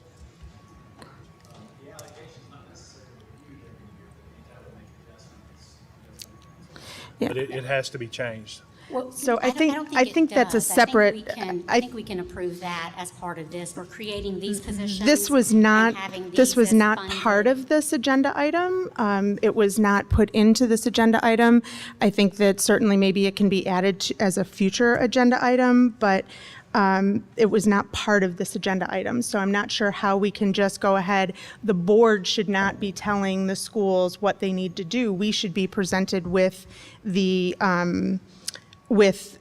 creation or the job description or adding it into the staffing allocation. I don't think anybody's against any of those positions, as we've discussed multiple times, but I don't think that it is up to us to direct what needs to be included in there. So Grant, can you give us any direction on this? Yeah. Honestly, with all due respect, that is our job. And so when we it is provide not. direction, You're and overreaching just like you considerably asked for, out I'm of your- sorry, you're I'm way speaking overreaching. right now, Mr. Atkins. If I could just finish my thought, I'd be happy to listen to you. What I'm saying is, I think we all have talked about and discussed reading and math interventionists, and it's our expectation that elementary schools would be funded for those. I think that's the desire of the board, and I think anytime that we're talking about personnel recommendations and adding staff and looking at the budgets, and just like you asked for the additional information about the ETC program and that sort of thing, those are all things that can be added. We could mark out and say, oh, we want to approve 6 of these, but not 2 of these. We want to approve all of these. We have that ability as a board, and through the discussion, a lot of times, things will come about and we will discuss and add things in. I think it's vital that the schools be given the staffing allocations yearly for the reading and math interventionists. I think that's something that we've been told happens, but I'm not sure when I talk to the elementary school staff that's something they're saying happens. So we hear one thing sometimes at meetings, and I just want to be very clear that, this, as part of my motion, would cover that, and it would really allow schools to be able to move forward and know that that would be covered as part of the staffing allocations. Mr. Chenoweth, can Ms. Springate change a motion and add something to a motion? On this item specifically, if I'm understanding correctly, this is a rescheduled regular meeting, so it needs to be treated as a special meeting. And I don't think revision to that staffing allocation or allocating specific positions to a school or to schools is part of what was on the agenda when it was published. But I do believe Ms. Springate is correct that the board can specify as part of the allocation that there's certain money that's not flexible, that the board is allocating this money for this position. They can do it with, some districts do it like they mandate high schools to have ag programs, so the board allocates an ag teacher, so the school can't be flexible with that. Boards will allocate music teachers or art teachers, so the school can't be flexible with that. They only can use that money for that position. So what Ms. Springate is asking for, I think, is allowable. I don't think it was part of this Not on agenda this. as published, and this is a rescheduled regular meeting, so we can't add to the agenda tonight. But the motion can be made at a future meeting. It can be added to the agenda of a future meeting to specifically allocate those positions like she's suggesting. So we But could there- put it to the there- June 12th. So we could put Yeah. on the June 12th meeting in 2 weeks. But there was a vote taken at Southside Elementary about interventionists, and it did not pass. There was a vote taken. So it's not the wishes of the board, or it wasn't at that time. It may be Ms. Springate's wish, but it wasn't the wish of the board. Three people make up, you said you would listen to me. I'm listening. I didn't speak. Three folks make up this board. They're a governing body when three folks are on board. One person doesn't. Three people do. Now, if the board wants to readdress it and take another vote at the June 12th meeting, that's perfectly fine. That is correct, right, Mr. Chenoweth? Yes. Okay. I don't remember voting on this at Southside. I We don't did. remember having reading and math interventionist. We did. and- There was no budget. Ms. Springate had Right. suggested that we allocate $1 million to So her, we part of $1 needed to million. wait. Well, no, we voted. We asked had to vote table on it. But And Ms. Springate wanted to vote. yeah, so we voted and it did get voted down. Now, what has transpired since then is we have been notified by Mr. Smith several times that these positions are in fact in the budget. So it is not a case where he will be presenting a budget tonight that will not include those positions. So it's not us saying, no, we don't want the positions. They're included in the budget already.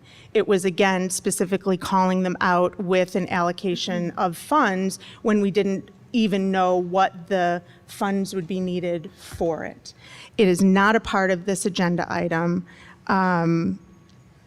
I don't think that we can move on, according to Mr. Chenoweth, with it. So I would suggest that we continue with this agenda item as it was presented to us and vote on it. And I'll just add, and I agree we should vote on it as is for this meeting, but I do think that what Ms. Springate, if I'm right, is trying to safeguard is that we need to make these fixed positions so that if in a budget discussion later on, they can't fall off. And I do agree with that. It might not make sense or it might not be allowable in this specific meeting, but I do agree that we should make those fixed positions or take the steps that are appropriate. Now I know what you're referencing when the last vote was to restrict like $1 million, and then we found out that that amount didn't match what the actual cost was of it. So now we have more information. So I agree with you. I think we should go with this, but then make sure that we take the appropriate steps in the appropriate manner to make sure that those are fixed positions. Unless we get feedback from the different schools that Yeah, that I want us think- to. I think 'Cause that's- that's important too. I It think should that's be- the point. It should be us, and maybe the next Correct. 2 weeks. That's my we have point. 2 weeks until the next meeting. That's That's an the- opportunity for the principals maybe to let us know, what do you Yeah. want? That's You the know, like, importance and of I'm the looking at you council. because you're here. So I mean, communicate with us, and if that's not something that you think we should do, then tell us. Yes. If it is something, tell us, and then we can go from there. That is my entire point of us not adding the agenda item ourselves. We have to have the input from everyone else. We have already voted on that. We can certainly bring it up again and vote on it again. In the meantime, can we please have discussion and questions on item H as it was presented for personnel? Actually, we'll need to fix that motion to approve this agenda item as well, because the motion was changed. So if someone would like to motion to approve item H, personnel, creation, job descriptions, stipends, et cetera. So moved. It's a motion by Mr. Brickler. I will second that. Any discussion? I had some questions about some of the forms that were submitted. Some of them included the cost, but not all of them included the cost. At least I didn't see. I know, Mr. Smith, you were asking which ones that there wasn't a cost. But I think that it was the 4 LBD positions and the English learner IA and the special education records clerk. I didn't see cost associated on those.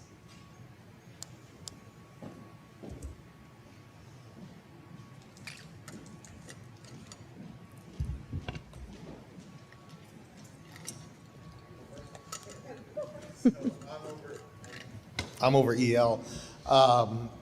I don't have that off the top of my head. I could follow that back up. However, it is going to be funded out of Title III, which is our federal funds for English language learners. It's just due to an increase. It continues to increase, particularly at the high school.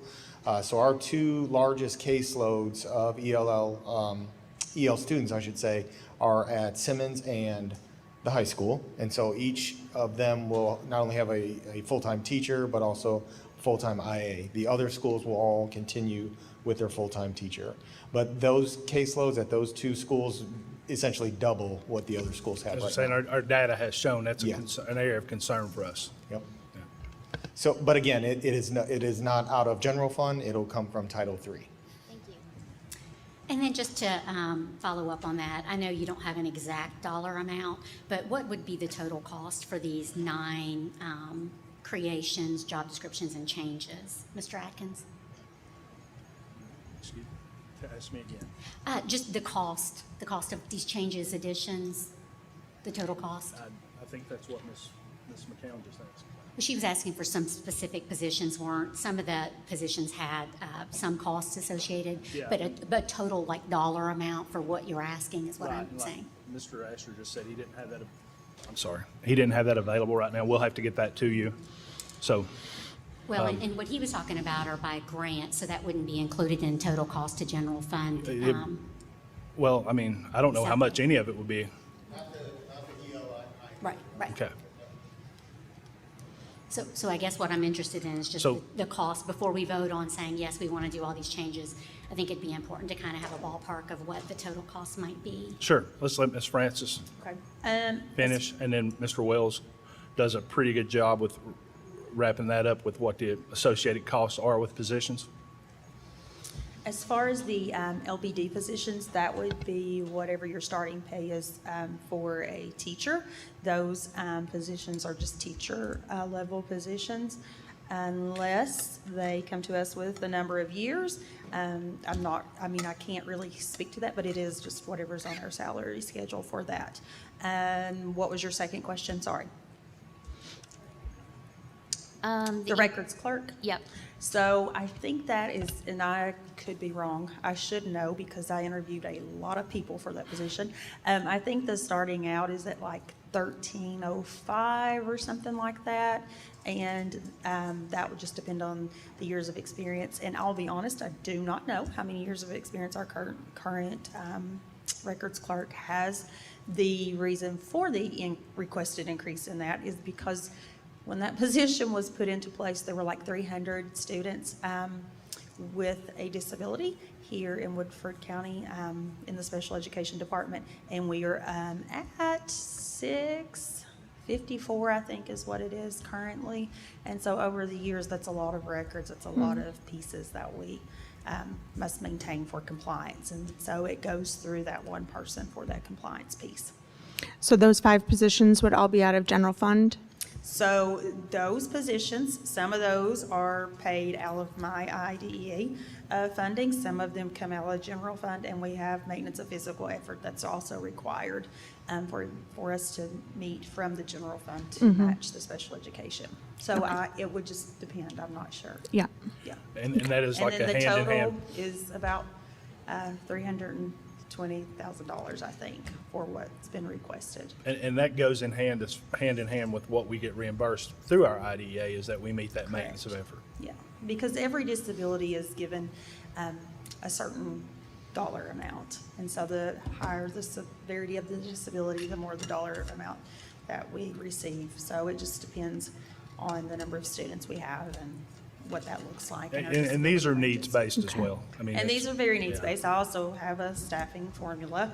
And we have a KDE required staffing requirement. And so The whole time I've been here, I will say, we've done really well on keeping our needs down. But children love to move into our district, and we will take all that want to move here. So a lot of our needs are move-ins, to be honest with you, since, over time since I've been here. Any other questions for me? Does No, that help? yeah, it does. I think just moving forward, like, I know we've mentioned it before, but just to have the funding source so we know if it's a grant or if it's general fund, Gotcha. and even though you might not have an exact amount of ballpark, like, Right. I don't know, it would just save us from having to go and flip back and look at the salary schedule or, Yeah. just to have that right there. Yeah. So. And a starting teacher, and that's one of the things that Mr. Wells does, is like, we don't know who we'll hire. And so it's hard to give you an exact figure, and it's like you said, a ballpark. Like a beginning teacher with the raise should be somewhere in the neighborhood of $41,000. So we could give you a broad range of 41 to whatever the upper level with a doctorate would be. I think that would help. Yeah, okay, sure. Okay, any other questions or comments on this item? Okay, all those in favor? Aye. Any opposed? Aye. The motion passes 4-0. Okay, now on to approve the 2023-2024 tentative budget. Is there a motion? So moved. Motion by Mr. Brickler, Second. second by Ms. McCowan.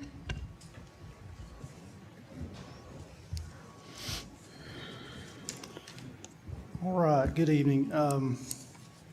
Before we get into the budget, I wanted to just kind of reiterate on what you guys talked about previously. All those positions that Ms. Francis just discussed are included in the projection dollars that I gave at the May 3rd. So there's a lot of movement. I understand that, a lot of positions. But those were included in what I discussed on the May the 3rd. So the total impact of the budget for the raises is going to be about $1.9 million, a little more than that roughly. It's about $1 million for the certified raise. Somewhere around $500,000 for the classifieds by the time we add the certifications onto the dollar that they got. So that's the budget impact. And then, as I mentioned, I think at the maybe in the April meeting, the interventionist that you guys are discussing is about $535,000 impact to the budget.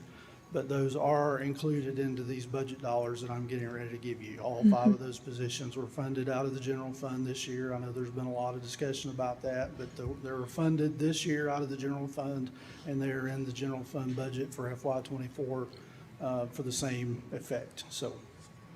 And then we also have the step raises, right? And I know we didn't include that as sort of part of the raises, but those are included in the budget as well. Oh, yes, that's included in the total cost. That has to come before anything. So. And that's something that we touched on at our budget discussion, is that steps are the steps. I mean, everybody's entitled to that already. The 5% is above and beyond your step. I mean, we don't include that. But as far as an increase to cost, that is certainly still an increase to the cost. That's the first thing it even calculated, yes. And I think that was about $250,000, if I'm recalling correctly about that. 285,606. 285,606. So that would be added on top of the $1.9 million as far as. No, that's included. Oh, that's including the $1.9 million. Okay, good. Okay, excellent. Thank you. All right, so just a rough redo of what we always talk about at budget time. The draft budget is due in January, the tentative budget is due in May, and we will revise and put out the final working budget in September. Each local board of education is required to approve a tentative budget on or before May 30th of each year, or really, that's today. This is the second formal step in developing the 2023-2024 annual working budget. Projected revenue for we'll touch on the other funds, but all these budget numbers are primarily revolve around the general fund. That's what is of what primary concern here. For revenues, the assumptions are projected on AEDA numbers for FY24 to estimate SEEK. Property taxes are held constant for this projection, so I don't make any assumptions at this point for the property tax rates that we'll discuss later in the fall. The general fund revenue is expected to be $47,449 and $449,006 in FY '24, including the beginning balance. This includes $8.7 million in on-behalf payments made by the state. And just as a reminder, those are non-cash transactions that we never touch the cash in or out, but we must reflect on our financial statements. I have a quick question on that slide. Yes, ma'am. Under the assumptions, Yes. are you comfortable with the salary increases that we just gave without the 4% increase in revenue come tax time? Is that what it means when you say property taxes are held constant for this projection? Well, that statement just simply means that I did not alter the property taxes for the budget projection. So I left them based on what we budgeted basically for this year. I actually cut them just a little bit, just to be honest. I've mentioned conservatism. I practice conservatism in my budgeting, probably to an nth degree. I underestimate revenues, overestimate expenditures, so that we'll always be in a good operating position. But property taxes being held constant mean that I don't really increase those for any variable. To answer your question, I would always recommend that we take the 4%. We are not in a position to create revenues through other sources without student growth, which this district just hasn't seen in 20 years. Our student population has remained flat, so in the absence of student growth, the only mechanism we have is through property tax rates. And so with the raises that we just gave, that's probably, I would probably recommend that we'll take the 4% in the fall. I think that any year, and if we want to continue to give raises, we're going to have to do that because, you know, we received several emails from teachers in the district referring to Fayette County, and as I mentioned in my presentation, their proximity to Woodford County dictates that we have to pay attention to what they're doing, and so we're starting out before this last round at 19%, at a 19% deficit. 5% is a much larger chunk than I think anyone else around us is going to take out of that, but we can't continue down that path without altering the revenue stream of things. And the reality is we can't give raises without altering the revenue stream. And that's just the reality. And anybody that wants to argue with that principle, I'd be glad to flesh it out in a few minutes in my office one day just to demonstrate how it's not economically possible to give raises without ever increasing tax rates. So, but to answer your question, I would propose when the time comes in the fall that we take the 4%, yes. Okay, and in the budget that you presented tonight, you've got the 5% in there, and that's without the 4% increase, and it works and is comfortable, and the numbers all line out according to what you gave us. Well, in this budget? So the contingency goes down. So yes, it does work. The contingency goes down, and my only concern would be is that two things. Again, you won't be able to do anything next year from a raise standpoint if you don't alter the revenue stream this year. That would be really difficult to do anything that would be basically impactful.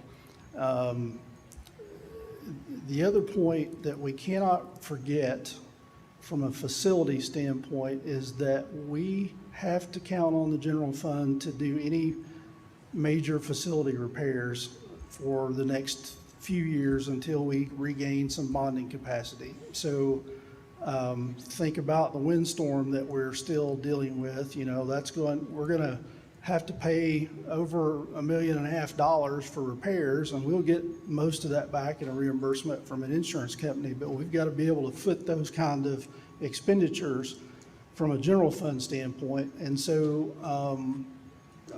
I would not want to continue to see the contingency decrease without looking at the revenue side of things. So I hope that makes sense.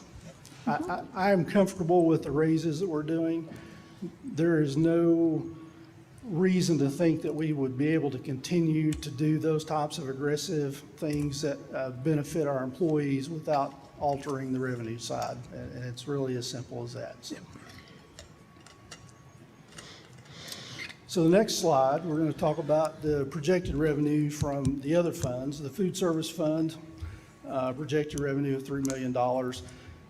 I've listed out the FY23, FY22, and FY21 revenues. There's some inconsistencies there. I think COVID plays a big part of that. So Ms. Quire and I have looked at her revenue stream with the CEP program. We think that we're going to be in good shape from a revenue standpoint with the food service moving forward.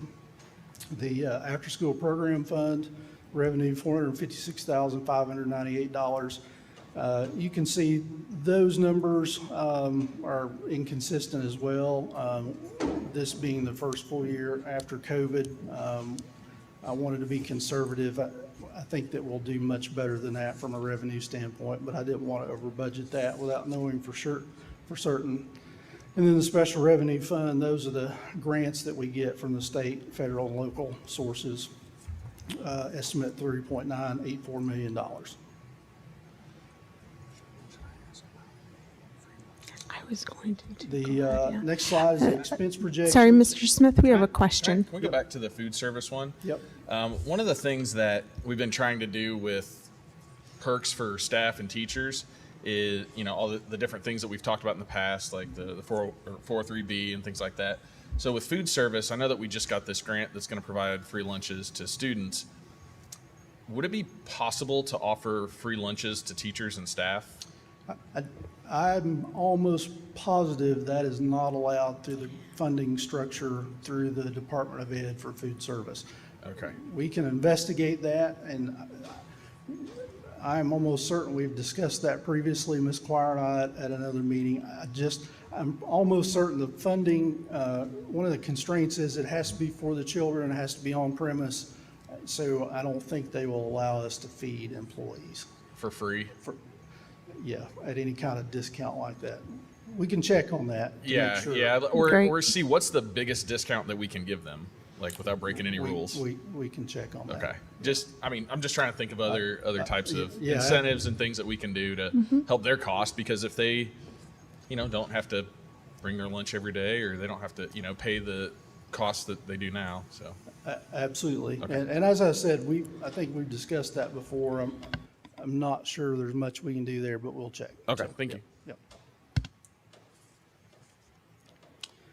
So for the expense projections, major obligations for your debt service fund, total debt service is $4.542086 million, and that's funded by the following sources: $98,000 by SFCC, and that's a state funded, so that's nothing out of our funds. The general fund transfer, $329,272. If memory serves me correct, in FY25 that jumps up a little bit, so we'll have to also keep that in mind from a debt service. I think it goes up to about $650 as far as the general fund obligation. Fund 320 transfer and 310 are $3.746 million and $368,000, which does completely dissolve those two funds for debt service every year. As I illustrated in the next point, 310 and 320 have zero remaining balance, and there's my bullet point about any major facility repairs will have to be funded by the general fund. I'm glad you included that information down there. Does that mean our bonding capacity is we have none? Yeah, yes, Okay. that's right. And do you have any idea about how long that'll be that we have zero bonding capacity? Well, as Ms. Mercich has presented a couple times and we've discussed, if you look at the schedules, there's no bonding capacity for 30 years. I mean, that was part of the deal when the bonds were sold. However, due to the way the state funds those, and through property assessment growth and the different mechanisms and variables that are involved in the funding, we expect, and when we calculated that, again, we calculated that very conservatively. We think that by 2028, 2029, we will start gaining bonding capacity again. So, which that far exceeds the 30-year schedule that she has presented to the board and everyone a couple of times now. And so if you look at the schedule, no bonding capacity for 30 years. That will not be the case. Absolutely will not be the case. We don't know exactly because we can't control all the mechanisms that I mentioned, but we know that we will probably start experiencing bonding capacity again around 2028, 2029, based on the way the growth has gone historically. I think we projected a 6% growth rate through the funding mechanisms, and they've been at over 10% for the past 10 or 15 years. So we're confident we will have bonding potential again. It won't be much, but we will have bonding potential that will start growing again as of 2028, roughly. Any other questions?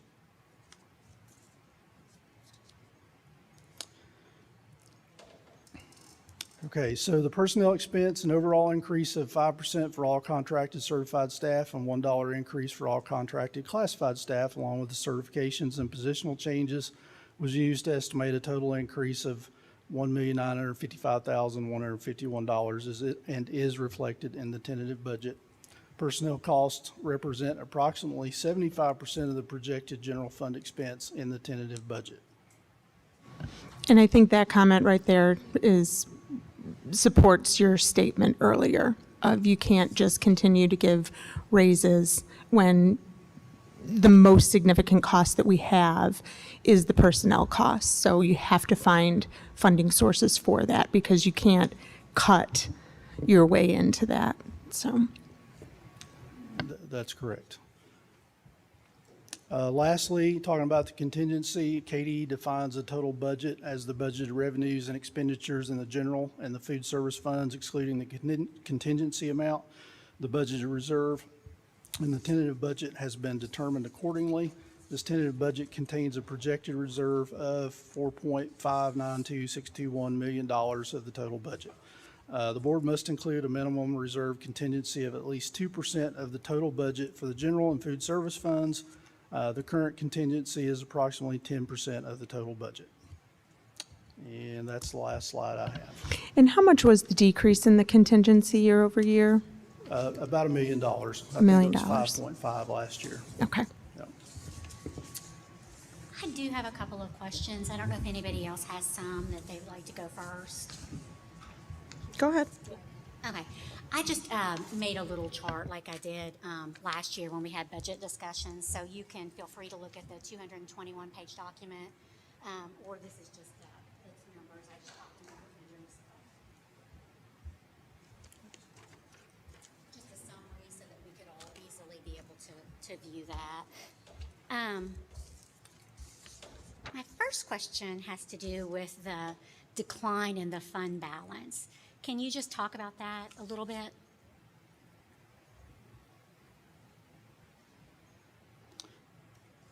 The fund balance, I believe the way you have illustrated is the ending balance, the balance that's carried forward every year.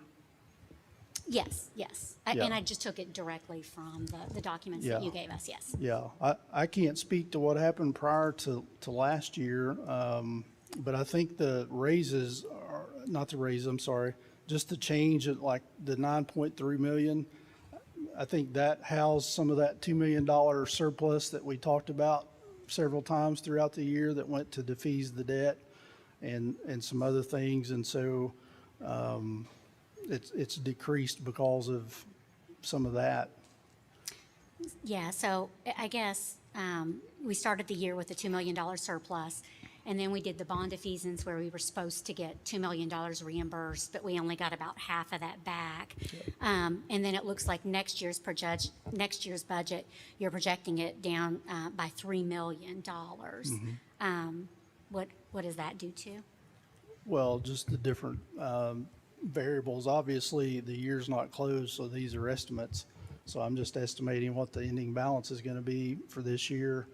Been a lot of changes with what we just mentioned as far as the decreases. Okay. Is is part of that due to the, do we have any upfront costs for the storm damage, like you mentioned in the meeting at Northside? Is some of that coming out of there? Does that account for any of that? Yeah, all of it so far. Now, we've not experienced any huge expenditures, but we've not been reimbursed for anything yet, so. Okay, and when do you expect reimbursement? We can't agree on getting started to do the work yet with the insurance company, so I can't answer that. Okay. They have a vastly different scope of work compared to what we need to be done, so we're kind of arguing with them right now. Okay, and when that does happen, where will that show as a reimbursement? Where will we find that on our monthly report? There's a couple places. We probably have a reimbursement line item in the revenue side that we would be able to put it in. Okay, thank you. And then just along those same lines, I know you said that we were making around $200,000 a month on the, That's from correct. there, on the interest for the bond sale, but that's not reflected in the general fund. That's reflected in the 360 fund. Those show up in the investment line on the balance sheet for Fund 360. the investment line? Yeah. I believe that's what it's called, interest or investment, yeah. Okay. And then the next thing I wanted to look at was the property taxes. It looks like, were your projections just off? It looks like they were, I think they're a little high, yes. okay. And then for next fiscal year, you have them actually, I cut them a little bit, yeah. I think they're a little high for this year. If you'll remember, I didn't start until after the tentative budget was done and presented last year. And after looking at that, I think that was done with a 4% growth rate. And then I think I added the 4% in the fall when we took the growth rate. And so I think that got doubled in that budget. So we're a little soft on the property tax. I've been monitoring that, so. okay, well, I appreciate that because I know I asked a lot of questions about the budget last year and the numbers really seem to be very Yeah. far Well, off. and that's another thing that impacts that beginning balance amount, the fund balance, because we had revenue budgeted for that we're not going to materialize. So that would impact that number slightly too. Okay. When we look at distilled spirits, I know we had, some legislation and that sort of thing. So will that amount kind of remain constant moving forward and for about how long? If I'm not mistaken, we continue. It's supposed to be forever. We will receive it forever. Will it grow for the next couple of years still until they freeze it? It gradually decreases. Gradually decreases. Yeah. But the least you will get will be what we got this year. That's what it's based on, is this year's distilled spirit tax. So the least amount we will ever get will be this year. Yeah. It just won't go up anymore. We would lose all future growth from future rick houses. Any rick houses that are built, and it really affected districts in central Kentucky. Yeah. It did. And so I think the plan for legislation at this point is that would continue for a bit. I don't know if that's going to happen forever. I know some county judge executives and school board folks are a little bit concerned. But that aside, I just wondered about that. The next thing I wanted to look at was just SEEK. It looks like you're projecting a $250,000 increase. Is that due to the $100 per student? The $100, Okay. yeah. They increased to 40. They increased $100 per student. So, yes. And how is our enrollment and attendance looking? I don't know if they're going to, start using that again to base SEEK. What are those numbers looking like, Mr. Atkins? Our enrollment's been rather steady, and I try to share attendance with you guys daily. We've had days of 95.5%, but we've also had days, I couldn't give you an average right now, but we've had days too of 90 and 91. Mr. Wells, I'm not sure if he knows an average either at this point, but we do monitor that daily, and I try to share that with you guys daily because that's important that you know that. And that's very important. I think And that school board members know that. Is there continued discussions about that moving from average daily attendance to enrollment? I think we talked about that, There is some too. discussion with that, but again, obviously it would have to be dealt with in the next session. Right. Well, and I think probably, while I appreciate getting daily emails, it's not really based on that number, I guess. Is there an attendance audit where they look at and give a number, and that's the number that you have for the district that you're funded on? Right now, we're funded, I guess, on 2018-19 numbers, is that correct? We were this year, yeah. For this year, is that going to be changing? Yes, Okay. and we estimated what the AADA would be for next fall based on the projections that Mr. Wells did. That for goes in the budget as well. That's a projection in the budget as well. And how does that look compared to the 18-19 numbers? It's down a little bit, yes. Just a little. Less than 50 kids, I think, on average, if I remember correctly. Just to answer a couple questions that were asked, our enrollment, it goes up and down all year long. 3,900 is probably a good baseline. We go up a few kids, we go down a few kids, but about 3,900. Our attendance, it is down a little bit. I feel like we finished the year strong. We were in the 94% range for the last several weeks. We usually don't run our numbers. I haven't ran the end of the year numbers yet because we want to give our schools a few days to enter everything in. So I'm assuming that the emails that you get from Mr. Atkins are probably based on, they're staggered a few days behind because we want to get everything in. So hopefully in the next few days we'll have everything in and we can give you final attendance numbers.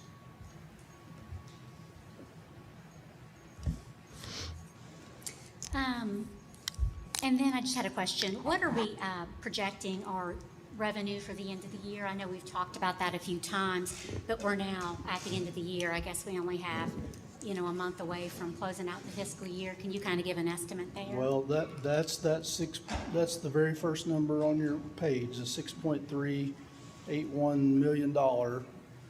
That's the ending balance that I'm projecting for the general fund. Okay. Conservatively.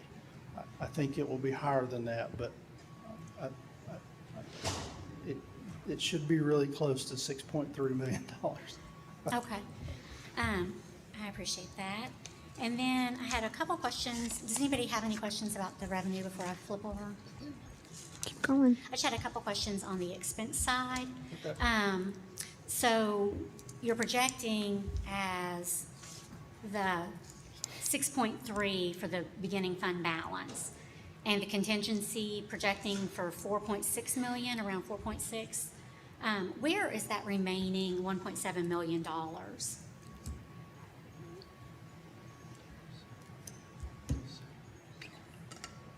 I'm not sure I'm following that line of questioning because you're talking about revenue with the 6 million and the yeah, I'm not. So it's all budgeted throughout the different line items. I mean, I guess that's where my way of thinking is not following what you're asking, because I don't take every dollar that's between the beginning balance and the contingency and track it through the budget. So it could be potentially with all those different lines. I don't park the difference between the beginning balance and the contingency in one line item in the budget. Gotcha. So I guess my concern is, do we need that $1.7 million just to meet basic budgeted expenses? Is that why it's taken out? You're taking it out of the fund balance? Yes. So we need an additional $1.7 million from the fund balance that we're not going to put in contingency and have. I guess my request would be that we put the entire 6.3 million into the contingency, and then that would allow the board throughout the year to know if there were increases or needs in certain categories or expenses. And then we would be able to know about that, have accountability about that, and vote for that to happen or not happen, versus just kind of scattering it in there throughout the different line items. I'm not sure that's what's happening. The budget is based on the total pool of revenue to be spread out amongst all the expenditure line items, with the contingency being the part that's left over for what you're talking about. the budget, I can't balance the budget if I put it all in the contingency. There's not enough money there to cover all the expense lines, if that's what we're gonna do. Well, I guess what basically, I guess it's 6 one way and half a dozen the other. Not really. But- It doesn't work that way, no. But I how totally we- disagree with that. Yeah, I I mean, how cannot we've done balance it- the budget. I cannot balance the budget and make all the raises and pay all the expenditures that we discuss work if I park all $6.3 million in a contingency and allow you to make that decision. It does not work that way. Well, and again, I think just looking at last year's budget, what happened was, or what appeared to have happened was that there were, it was off by millions of dollars. The estimates were off significantly. And when that happens, the board is not able to provide oversight or accountability. We find out after the fact that we had a surplus of $2 million. We find out after the fact that $2 million wasn't reimbursed for bond defeasance. We find out after the fact that we've got an extra $1 million that came in from that, but we didn't allocate it. So I guess that's just my concern. And I know in the past, how we've done things, and some districts do things, is that they would take the fund balance and that would be equal to the contingency. And so unless we are actually using those funds in the different categories, we wouldn't necessarily just kind of add extra money in there so that there's no board allocation or accountability over that. Like, we wouldn't just say, oh, we have a $47 million budget, here's the check, just do with it what you will. We would be providing that oversight and accountability. And it's just a suggestion. I know some districts have done it that way. I know our district has done it that way. But I just think that would be important and helpful for us to be able to understand if there's a change, that it would come before us and that we would actually vote on that, that sort of thing. So.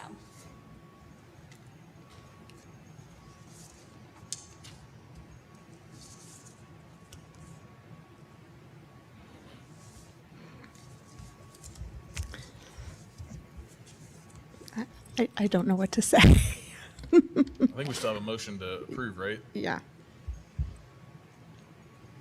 Anybody else? Are there any other questions or comments? I just have a comment as the lights go out. I'm just extremely concerned with our current financial situation, given our fund balance was reduced by $3 million. Even with the sizable raise that we're giving, we're still considerably behind Fayette County, like we've discussed. Our starting salary is $8,000 less for beginning teachers and $25,000 less at the top end of the pay scale compared to Fayette. There's still work to be done on the salaries to stay competitive, and as Mr. Smith noted, any repair work to our buildings is going to have to come from general funds, since our capital outlay funds are all restricted for the new high school and we have zero bonding potential. I also do firmly believe that the fund balance should be placed in the contingency to allow the board to have better oversight. If that's something that has been done previous to this, and I don't know when that would have been, what would that look like? Could you speak on that, Mr. Smith? Yeah, Because I don't know. I can't speak on what's been done previously. All I can speak on is how to balance this budget. This budget won't balance that way. You can't pay the bills or give the raises doing what has been suggested. It's not really that complicated. Revenues and expenditures have to balance. The contingency is a budgeting tool, as I've mentioned several times now. I'm not sure where we're wasting money at. I'm not sure where things that we need aren't getting bought or purchased. I'm not sure how we're financially in such poor shape that we're unable to give 5% raises. I don't agree with that premise, and so I can't speak to that any other way other than the budget for FY24 has a contingency of $4.5 million. I'm projecting a beginning balance of $6.3 million in revenue. A portion of that difference, as we've discussed, is going to have to go towards salaries and the purchase of items to make the school district operate. I'm not sure how to respond any differently to that. Yeah, a couple points that I wanted to make just throughout the conversation. So I know that we've obviously just given a pretty good raise, in my opinion. and we get compared to Fayette County, like we've talked about. Somebody sent me an article or a snapshot that, you know, their starting salary is a certain amount, but their general fund budget is like $670-something million, right? Ours is like a fifth of that, right? Like we have like 20% of, like Woodford County, we just don't have the tax revenue to have that big of a budget. So we are trying to compete. We're trying to compete with everybody, but that's why I keep bringing up these thinking outside the box. Let's try to find other perks and incentives, because literally when they have a budget 5 times bigger than ours, of course they can have their base salary be bigger than ours. So there's a lot of other counties around us that are more of a true comparison that I think we are honestly doing better than, especially with this increase that we just did. So I think we need to be realistic and take a full picture. You can't just look at one number and ignore the others. You know, you can't just look at the salary and ignore the budget. So I just did want to point that out, because we are doing everything we can within our budget to give as much money and incentives as we can. And I hope people see and appreciate that. Also, I get a little leery with micromanaging certain things. I think we as a board should have oversight, like Ms. Springate said. We should have approval over certain things, but I want to be careful that we're not micromanaging the checkbook when it comes to running the district. So I think we have to make sure that we keep a balance of, you know, we hire staff to do their jobs, and part of their job, part of your job is to manage the budget, manage the checkbook, so to speak. And yes, we need to approve these. We need to ask questions. We need to dig into it, just like we've been doing. But I think we need to be careful not to try to handcuff ourselves and not let the business of the district move forward because we get a little bit too involved in certain areas. So that's kind of what I had on the things that I've heard during that conversation. And I would add, you made some good comments in your budget presentation. We are at a 10% contingency still with this. This includes no tax increases. And certainly it also doesn't include any sort of catastrophes or maintenance needs that we might need going forward. Completely understand that. I think when you look at a budget, you have to be realistic. I think you've done a conservative budget. I don't think that managing a contingency, which is really just a mathematical sum of all the numbers on this page, you can't manage by contingency. I think you've built a bottoms-up budget with a bottoms-up cost. And I think that it's as solid as it can be right now. And we are certainly not done with the budgeting process. As you also noted, this is the second piece to the budgeting cycle. We still have a third and final piece to the budgeting cycle, which would include some of those decisions that would be made from sort of a tax perspective and any of those other little things that we've talked about that might need to go in from a maintenance perspective or other salary considerations. Any other questions or comments? Mr. Smith, I know your wife was here prior to you. And maybe some of our staff, our long-term staff, can anyone remember anything larger than a 5%? So what we've been able to do is build a school, or in the process of building a school, give 7% worth of raises in 2 years, not cut any programs, and still maintain 10% contingency. So we've done pretty well financially. Thank you, Mr. Smith. I appreciate you. And I appreciate what this board has done for our staff. I really do. I appreciate that, because it shows them that you are invested as well. You're invested in what this staff does, because they do a great job. So thank you. Any final questions, comments on the budget? Okay, all those in favor? Aye. Aye. Any opposed? Nay. The motion passes 3-1. The next item is the hiring of the school board attorney. I would like to make a motion to table this until the June 12th meeting. With year-end school and all the activities, we were not really able to capture all of the references that we wanted to capture. So I would suggest we make that motion, or we get a second to that motion, move this to June 12th and make a decision on June 12th. Second. Okay, motion by me, a second by Mr. Brickler. Any other discussion on that? Okay, appreciate the flexibility and the collaboration there. All those in favor? Aye. Any opposed? The motion passes 4-0. Thank you very much. Item G is the seal of biliteracy. Mr. Asher?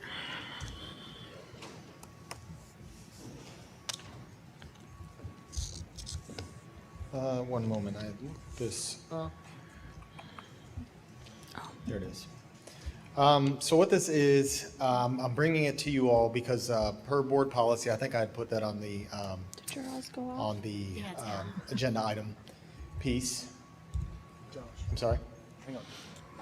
Our screens went black, we're blind.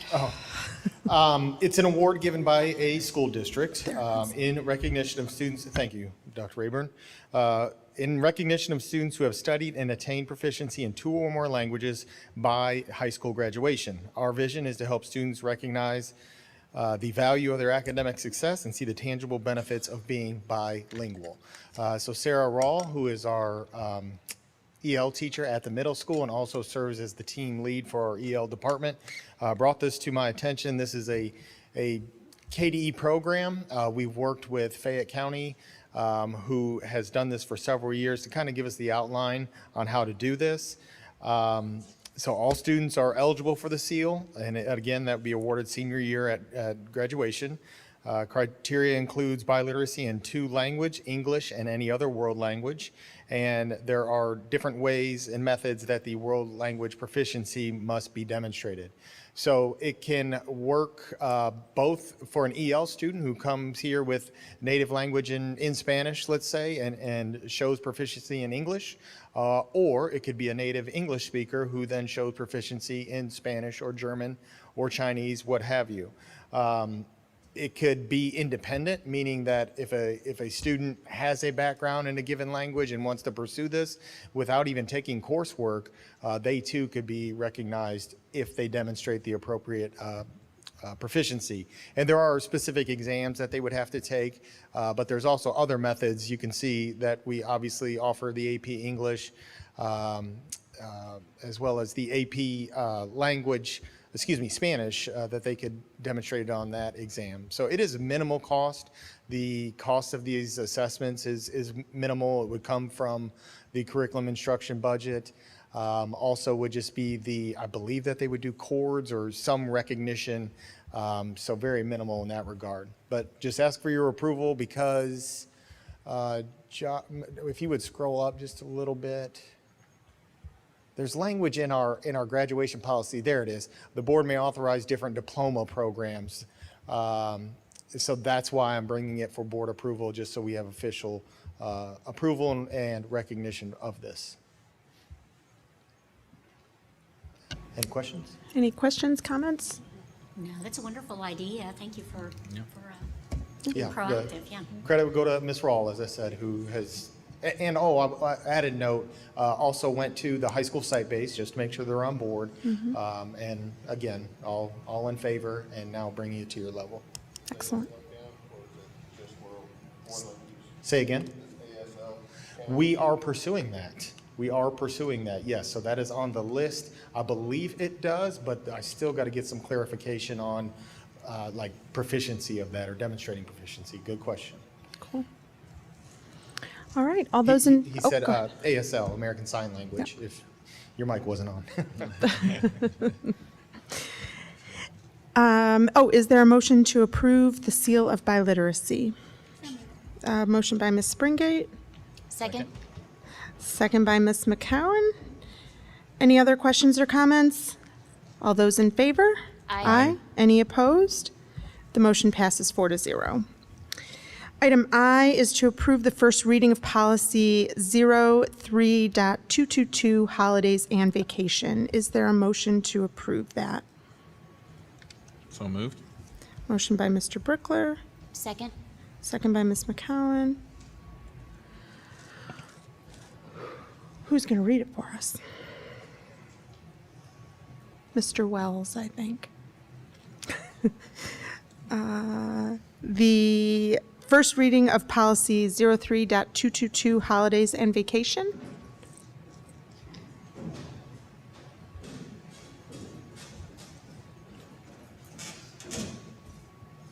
Sorry, I did not notice my name next to that. That's okay. You know what? Now that I'm looking at it, there's no name next to it, but your name is above it, so you won. That's how it usually goes. So. Yep. So the reason we're doing the first reading tonight is so we can have the second reading in June, so it can go in effect July 1 for our year-round classified folks. Okay. We'll talk about this. We're adding additional days, and they get them earlier, right? Correct. So we're increasing it to, from 10 to 20. We're increasing the roll-up amount from 40 to 80 for carry-forward purposes. Really minimal cost to the district to do that. I think in a full year, it would cost somewhere around $60,000 or $70,000 for the entire district if we had to get subs for the folks that this would apply to, which would be mostly custodians. But we wanted to get much more competitive with the surrounding districts. So that's one of those items we were talking about, how we can get more competitive with surrounding districts without expending a lot of dollars to do so. So that was the reason that brought this up. So. And we're granting that more upfront than we had in the past, right? Correct. You got to work for the district for 20 years before you got 20 vacation days previously. Now we're going to front load that. It equalizes the number of work days for a lot of classified staff compared to the other districts around us. So it's definitely a win-win for our employees to grant them this.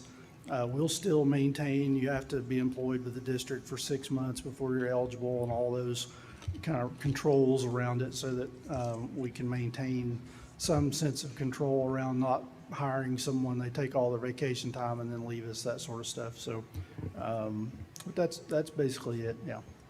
Gets us competitive. Actually, I think it gets us ahead of the surrounding counties from a vacation policy standpoint. So that's pretty what nice, we want to yeah. get with all these things, are ahead of the competition. So. Will the details like you just discussed about the, the 6 months is in here? It's in there, yep. I guess, Mr. Chenoweth, this is permissible and allowable. I saw at the bottom, there's some KRS references. So it's permissible to change it from 2 to 4 and then to do the carryover, that sort of thing? It is, by statute, the board is allowed to adopt a schedule of, or a program of fringe benefits, and that's just one of the things that you have the ability to do. It just needs to be done before the new contract year, as Gotcha. Mr. Wells said. Okay. Any other questions? All right. All those in favor to approve the first reading of policy 03.222, holidays and vacation? Aye. Aye. Any opposed? The motion passes 4-0. Item J is to approve amended 2022-2023 certified additional services.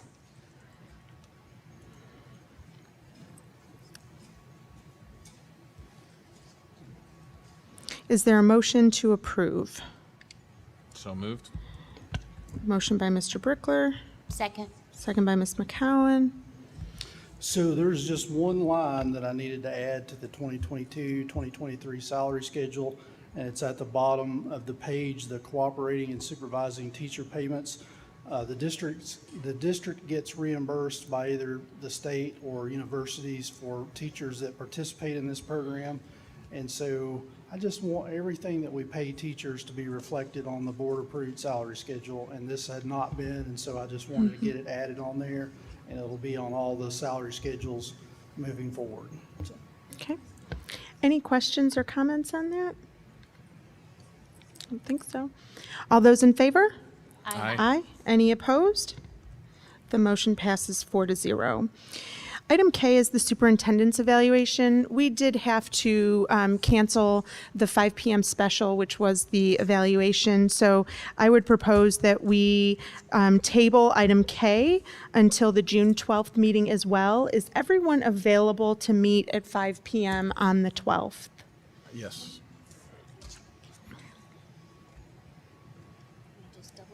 Okay.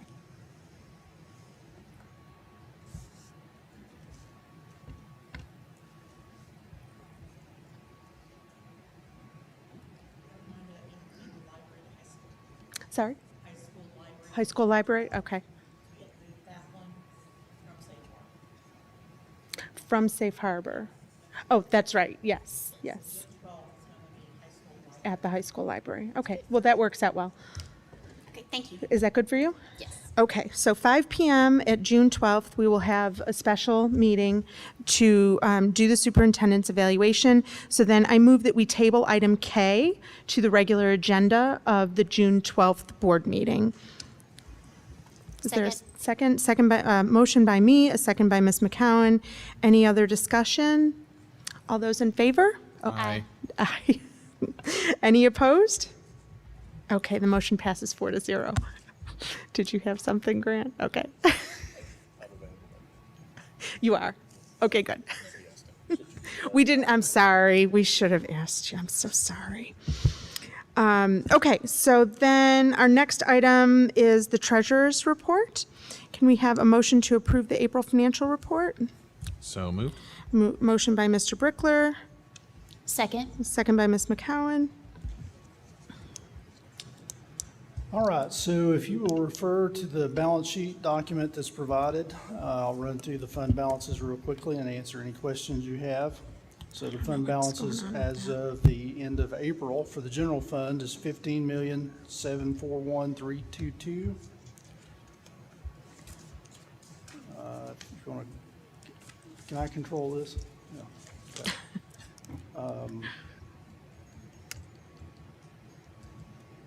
There we go. Fund 2, the special revenue fund, fund balance $692,382. The district activity fund balance is $427,830. School activity fund is $408,273. The 310 capital outlay is $185,997. 320 is $150,214. Fund 360 is $65,605,573. And I would, the question, Ms. Springate, you asked earlier on that line, second line from the top, the one that says investments that has $73,145,000. So every month that we get the interest accrual, we record it into that account. And that's just an accrual, that's not an actual cash payment. That's correct, yeah. We that account is set on a draw, and so that's what I've referenced a couple of times. I've yet to have to make a draw. Clay mentioned the cost. You know, we've paid over $12 million on that project so far, and I've yet to have to make a cash draw out of this $73 million bond sale. And we still have a $15 million general fund cash balance. So that kind of illustrates the health of the financial health of our district, that we've been able to do that without drawing down any of the $73 million bond issue yet. But that's where the interest goes for that investment as it grows. And it's approximately $200,000 per month. The debt service fund has $2,029,155. That will be at zero very shortly after we make the next and last bond payment for the year. The food service fund has an $826,660 fund balance. The daycare fund has a fund balance of $685,453. And finally, the Community Education Fund has $30,621 in it. If you will now reference the two ESSER reports, the ESSER 2, the 554G, that grant is almost spent out. It expires September 30th of this year. There's $19,634 left there. And then the 473G, which is the ESSER 3, that fund is down to $152,220 left in that fund. So, what I have a quick questions do you have? question about the ESSER. Yes. I know in previous meeting, you discussed, or maybe Dr. Rayburn discussed, using the remainder of these funds for technology purchases. Is that what this remaining balance is kind of set aside for, or summer school? What kinds of things? Yeah, I've met with Dr. Rayburn and Mr. Asher. Those funds, and I don't recall exactly what the remaining allocations for, but we talked about how to best spend those remaining funds to get that grant spent out. So it's between instruction and technology. So yes. Okay, and then in the past, we've kind of had a plan for like technology plan for replacement and just different, I guess, when there's large purchases. Sometimes you do like a year or 2 year, one grade or 2 grade levels worth of purchases. It was just like a technology plan that the board would kind of.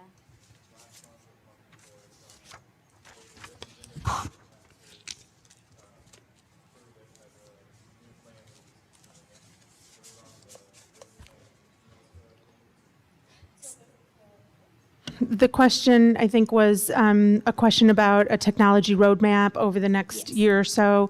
And Dr. Rayburn answered that that was submitted a month or so ago. I'm not sure.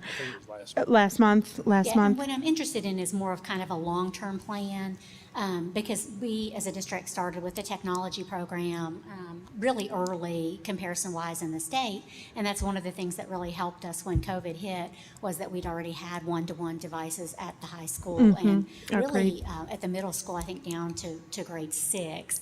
And so I just want to make sure that we have some long-term planning now that these ESSER funds are going to be utilized for that. And then that's going to go away. So I just think as a board, we just want to make sure we stay on top of that so that we can stay current. Mm-hmm. Okay.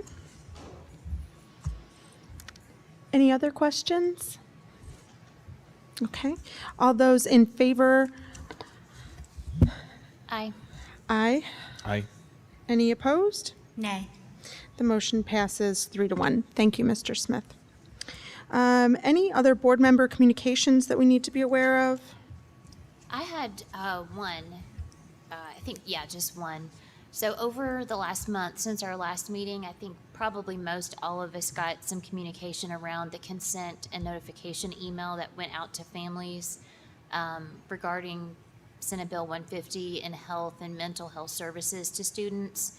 So hopefully all that information has been clarified, but I don't know, Mr. Chenoweth or Mr. Adkins, if you just want to speak a little bit about that, because what I understand is that some parents had been told that if, let's say you fall on the playground, you've got a bloody knee or something like that, you need a Band-Aid or you need a wipe to wipe off your knee, that if the nurse could not get a hold of you, that your child would have to be sent back to the classroom, potentially bleeding, because of the new requirements of Senate Bill 150. So I think that's what prompted the documentation to go out. If you want to just speak on that, hopefully it's cleared up. Yeah, so that piece did have an emergency clause in the bill. So what we did, interpretation of a law is very difficult. So we turned that over to the guy that interprets law, and took his recommendation. And actually, I think you had a chance to look at the consent form before we sent it out. So I did. Part of that was a little bit of a overreaction or a hyper reaction to that. The General Assembly still carved out emergency services and first aid and said you don't have to get advance permission or parent consent before providing emergency health service or emergency mental health service, and you don't have to get advance consent for providing first aid. So most of those types of things, that was kind of people being overly cautious, or in some instances, just a little bit of, I think, hyperbole at how much the General Assembly is micromanaging through the passage of maybe some unintended language in that bill. But I think those situations have been sorted out. The other part of that, as I met with your all's counselors and nurses and others, was I said, let's take a broad view of what constitutes an emergency. And if it's something that stands to get worse for the child, make the situation worse, exacerbate an injury, exacerbate a situation, let's go ahead and make sure we're providing the service and serving the child instead of telling the kid, hold your horses, I got to get a hold of your mom first. So I've advised that we take a broad view of what an emergency is as anything where a delay in providing services would make things worse. And that's both as to health service and mental health service. I think that's really important, and thank you for bringing that up. The mental health service part of that is where I heard probably the most people being sort of nervous that their child could go without in a true emergency there. So that's very helpful. Okay. Thank you. Anything else? Okay. Anything for discussion? Hearing none. Information items. We've got our fundraiser report, the donation report. I don't think we have a need to go into executive session today. Okay. Is there a motion to adjourn? So moved. Mr. Brickler? Second? Second by Ms. McCowan. All those in favor? Aye. Aye. Any opposed? The motion passes 4-0. Thank you, everybody. Have a good night.